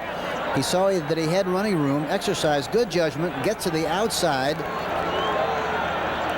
goes for the sideline, and is finally overtaken there by Estes Hood, knocks him out of bounds. 3rd and less than 1 outside the 40-yard line. 8 minutes 5 seconds left on the clock in the sudden death period. See, look at this. Dallas 52-7 over San Francisco. Boy, murder. Well, Doug Williams decides he'll try to pick it up. And I think he did, the way they've got it marked, the way the linesman has it marked at least. Yeah, I don't think there's any question about the fact that he made the first down.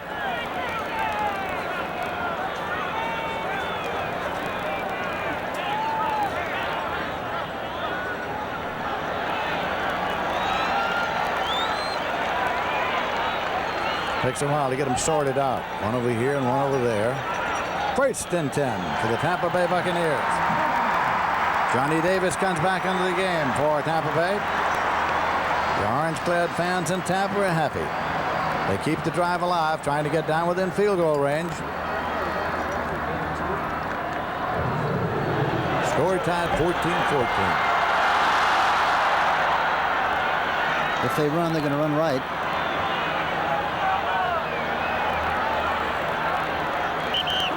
Pull back on the snap. Penalty markers thrown. Procedure penalty will cost him 5. It'll be 1st and 15 at the 45-yard line. Well, that's a bad time to make that kind of a mistake if you're pulling for Tampa.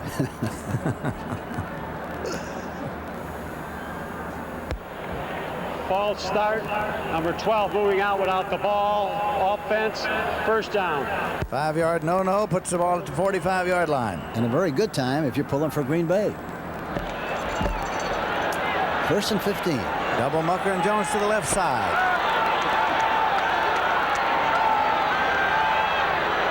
And the line of scrimmage looks like a total blitz. Ricky Bell to the 41-yard line. Steve Luke.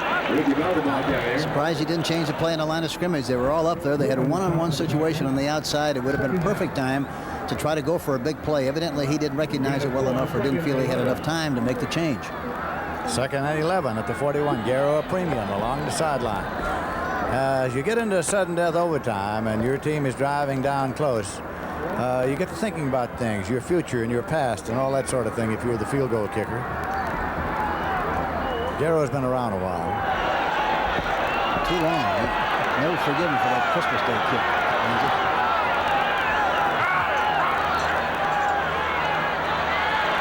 Williams. Yes, Casey Merrill around the shoe tops. Well, that was a big play. He had a lot of running room had Casey Merrill not made the tackle. Big play. 3rd and 14 at the 44.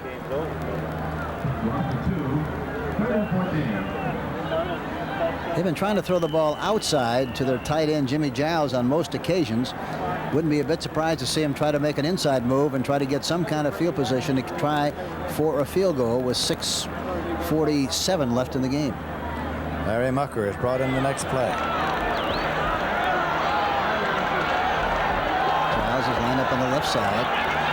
Mucker slot right. Well, they're up in the line of scrimmage again. They might be going after him. They're going to camp up here. They're coming. They're all coming. Mucker incomplete. Boy, he had the right play call. It was just thrown over the top too far. Total blitz. He had to get rid of the ball when he did. Good job by the Green Bay Packers. They made him throw the ball before he really was ready to throw it. He threw it on the move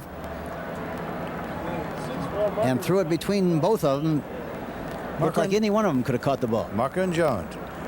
4th down. Tom Blanchard's in to do the punting.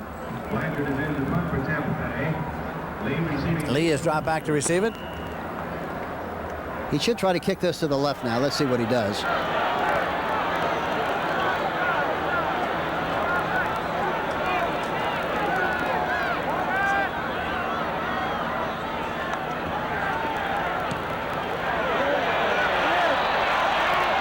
Into the end zone, across the sideline, touchback, 1st and 10 at the 20-yard line. At least he kicked it to the right area, to the left side. He didn't point his lead foot far enough. He should have been aiming for the 10-yard line with a hope and expectation that he might hit it close to that 10-yard area.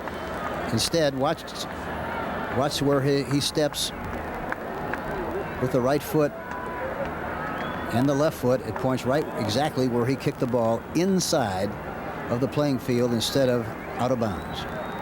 The clock says 6 minutes, 18 seconds. Left to play in sudden death overtime with the score tied, 14-14. 1st and 10 for the Green Bay Packers. The ball at their own 20-yard line. Lofton coming to a wide left as Lynn Dickey brings them up.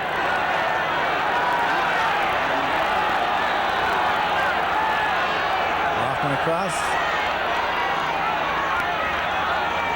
Dickey with the ball.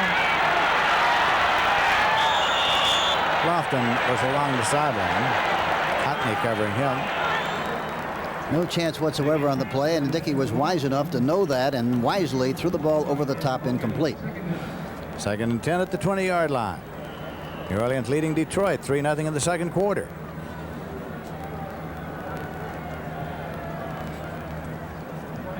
John Thompson racing in with the next play. Eddie Lee Ivory's going off. Dickey stats. Lofton to the wide left.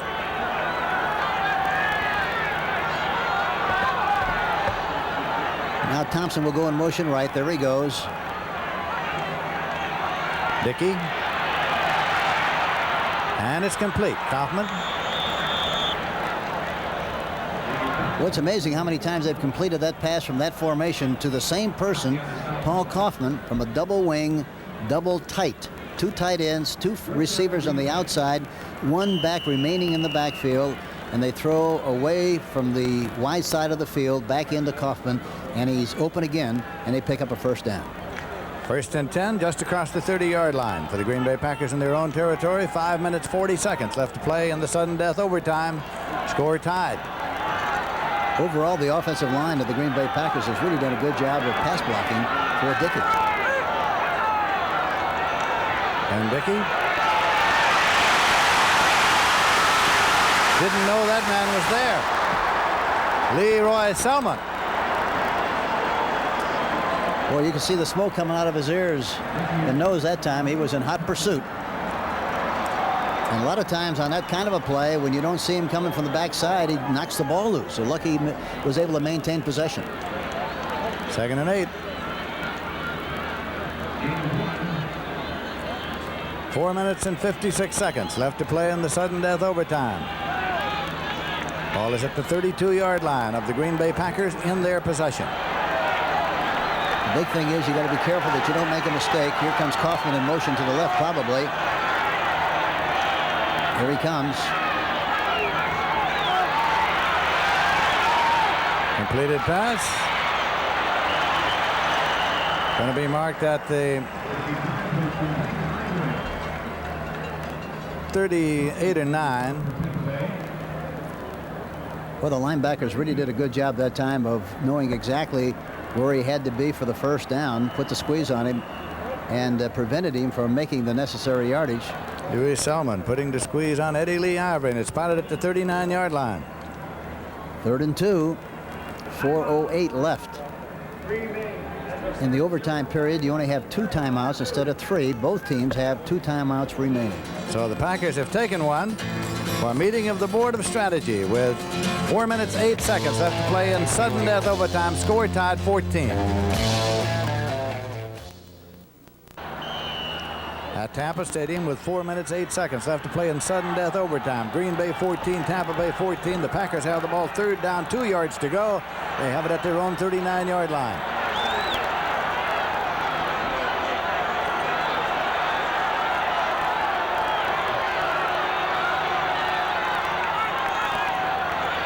Atkins looking for 2 yards, and he's got it. 1st and 10 for the Green Bay Packers. Andy Hawkins made the stop. Spotted at the 43-yard line. Well, they got a good surge again on the right side. You almost knew they were going to run the ball to the right side from that formation, but in spite of that, they got the job done up front. Good running by the ball carrier Atkins, and they pick up the 1st down. Where is it? 7 minutes into the 6th quarter before your penalty. Lofton to the wide right. Andre Thompson to the wide left. Here comes motioning to the left again. Cotton. Screen left. Andre Thompson. Out of bounds at the 45-yard line. Picked up 2 yards on the play. They run that play from that same formation about 3 times. The first time was pretty effective. The other 2 times, the Tampa Bay Buccaneers really responded well to what they saw and just picked up 2 yards on the play. So it's 2nd and 8 at the 45 now for the Green Bay Packers. Packers late in the 4th quarter. In case you've joined us along the way, drove down to within field goal range, and Tom Burney missed the field goal attempt that would have won it. Very probably would have won it at that late stage of the ball game.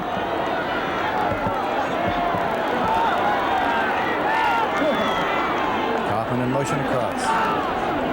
Dickey swings it out there to Lee Ivory. Great reaction on the part of the Tampa Bay Buccaneers. Quick screen again to Ivory. Had no chance whatsoever. They really put the muscle on him on the outside. A fellow named Leroy Selman was over there in a hurry. And Dewey Selman, number 58, did a good job on the play. Ivory is slowly getting up. He's going to get attention to the training staff.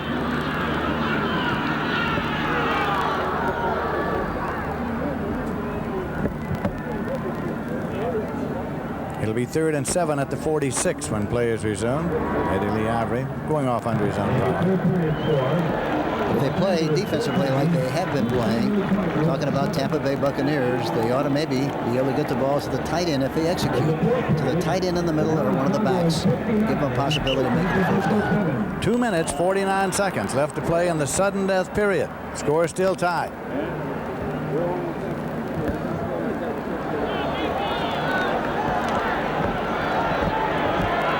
The amazing thing about Tampa, they just line up in that 3 defense, 3-man line, and just Jerry to get the job done. Well, look at the middle. It's Lofton in motion. Dickey dropping back. No chance. Not tall, just up the 49-yard line. Andy Hawkins made the hit in a hurry. Atkins slowly getting up. Punting units coming on. Atkins was hit right at the 49-yard line, and so now David Beverly's coming in to do the punting. I'm surprised that he'd throw the ball in an area where even if he made the catch, he would not maintain enough distance to get the 1st down. He was still short had he made the catch, which he did, but he was short. Against Cincinnati last week in the closing minute of play, Beverly ran out of punt formation. It was a bad snap. He ran it out to maintain a drive and allow the Green Bay Packers to keep the ball. No rush. Puts it up. Danny Reese moves up and fields the ball at the 20-yard line, and he's right there. That's the end of the line for him, and the clock says 2 minutes remaining to be played in the sudden death overtime. John Thompson downfield on the tackle. 1st and 10 now for Tampa Bay. With 2 minutes remaining in the overtime, the score is still tied. The Green Bay Packers 14, the Tampa Bay Buccaneers 14.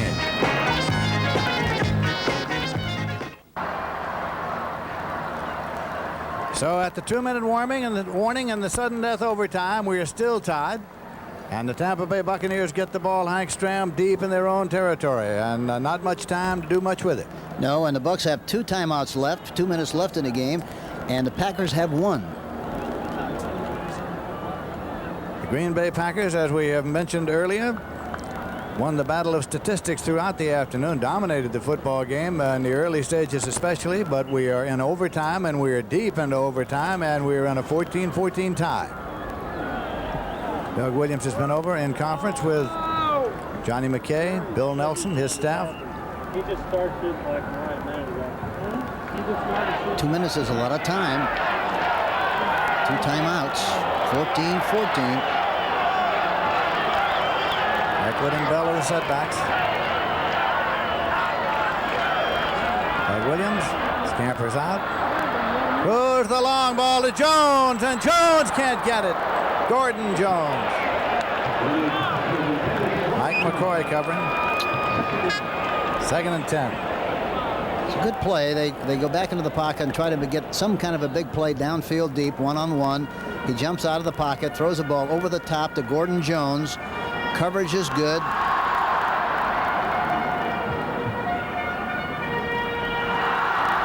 And Mike McCoy, number 29, really does a good job of covering on the play. 2nd down and 10 yards to go. Muckers brought in the next play. 1:53 on the clock, which will start on the snap. I would do the same thing again on the left side with the hope that maybe you get pass interference or some kind of a big play from this position. Batted back. Incomplete. Casey Merrill got a big hand up there. It's going to be 3rd and 10. The tight end was coming across on the play and probably would have been available for the catch. But Merrill really does a good job of knocking the ball down. 3rd and 10. 1:49 on the clock. Isaac Higgins brings in the play. And goes to a wide left. I would have everybody hook about 12 yards deep on the play and read the coverage and try to get the ball just to maintain possession and move the ball up the field. Williams. Here's a tight end. Incomplete. Giles, the tight end. So it's 4th and 10. Punting unit comes on now for the Tampa Bay Buccaneers with 1:44 on the clock. And there's still a lot of time, Lindsey, as you know, if they have any kind of field position at all on the play. And anytime you put that ball up in the air, a lot of funny things can happen to it. I'm sure this time they will not go for the rush. They want to take a chance of roughing the kicker and providing Tampa with an opportunity to get a first down. They just let him kick it and get a return back, I'm sure. Tom Blanchard waiting for the snap.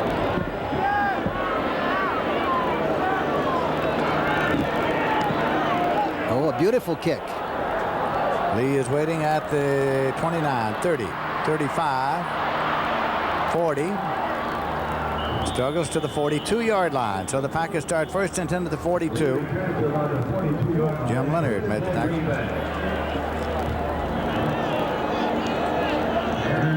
Clock says we have 1 minute 29 seconds left to play.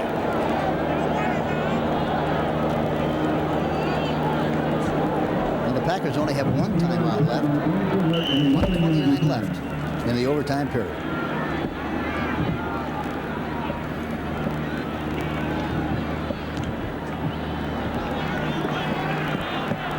Fred Nixon's in a wide left.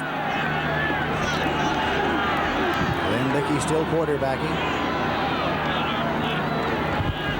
Dickey swings it out to Eddie Lee Ivory. Here comes the screen. He cuts back to the inside. Ivory to the 50. Ivory turns it on and goes to the 46-yard line. Richard Wood made the tackle. He had a little seam there. I didn't think he was going to make it through there, but he's got enough speed. A good burst, and he got right through the traffic and made a big gain on the play. Good running by Ivory.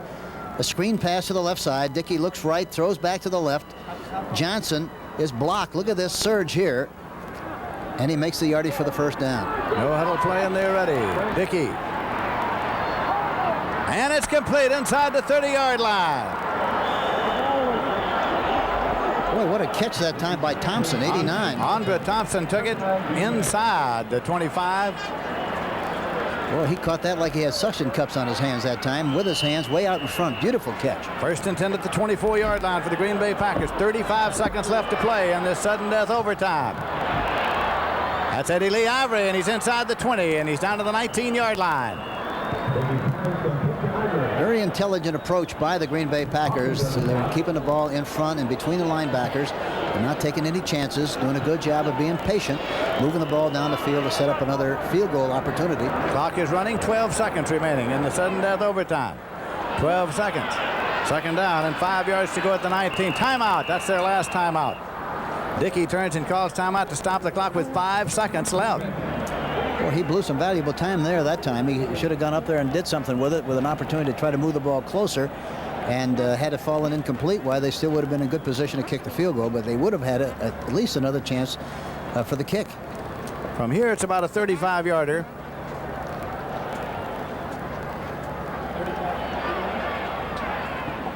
And Bernie's going to get his second shot of the day.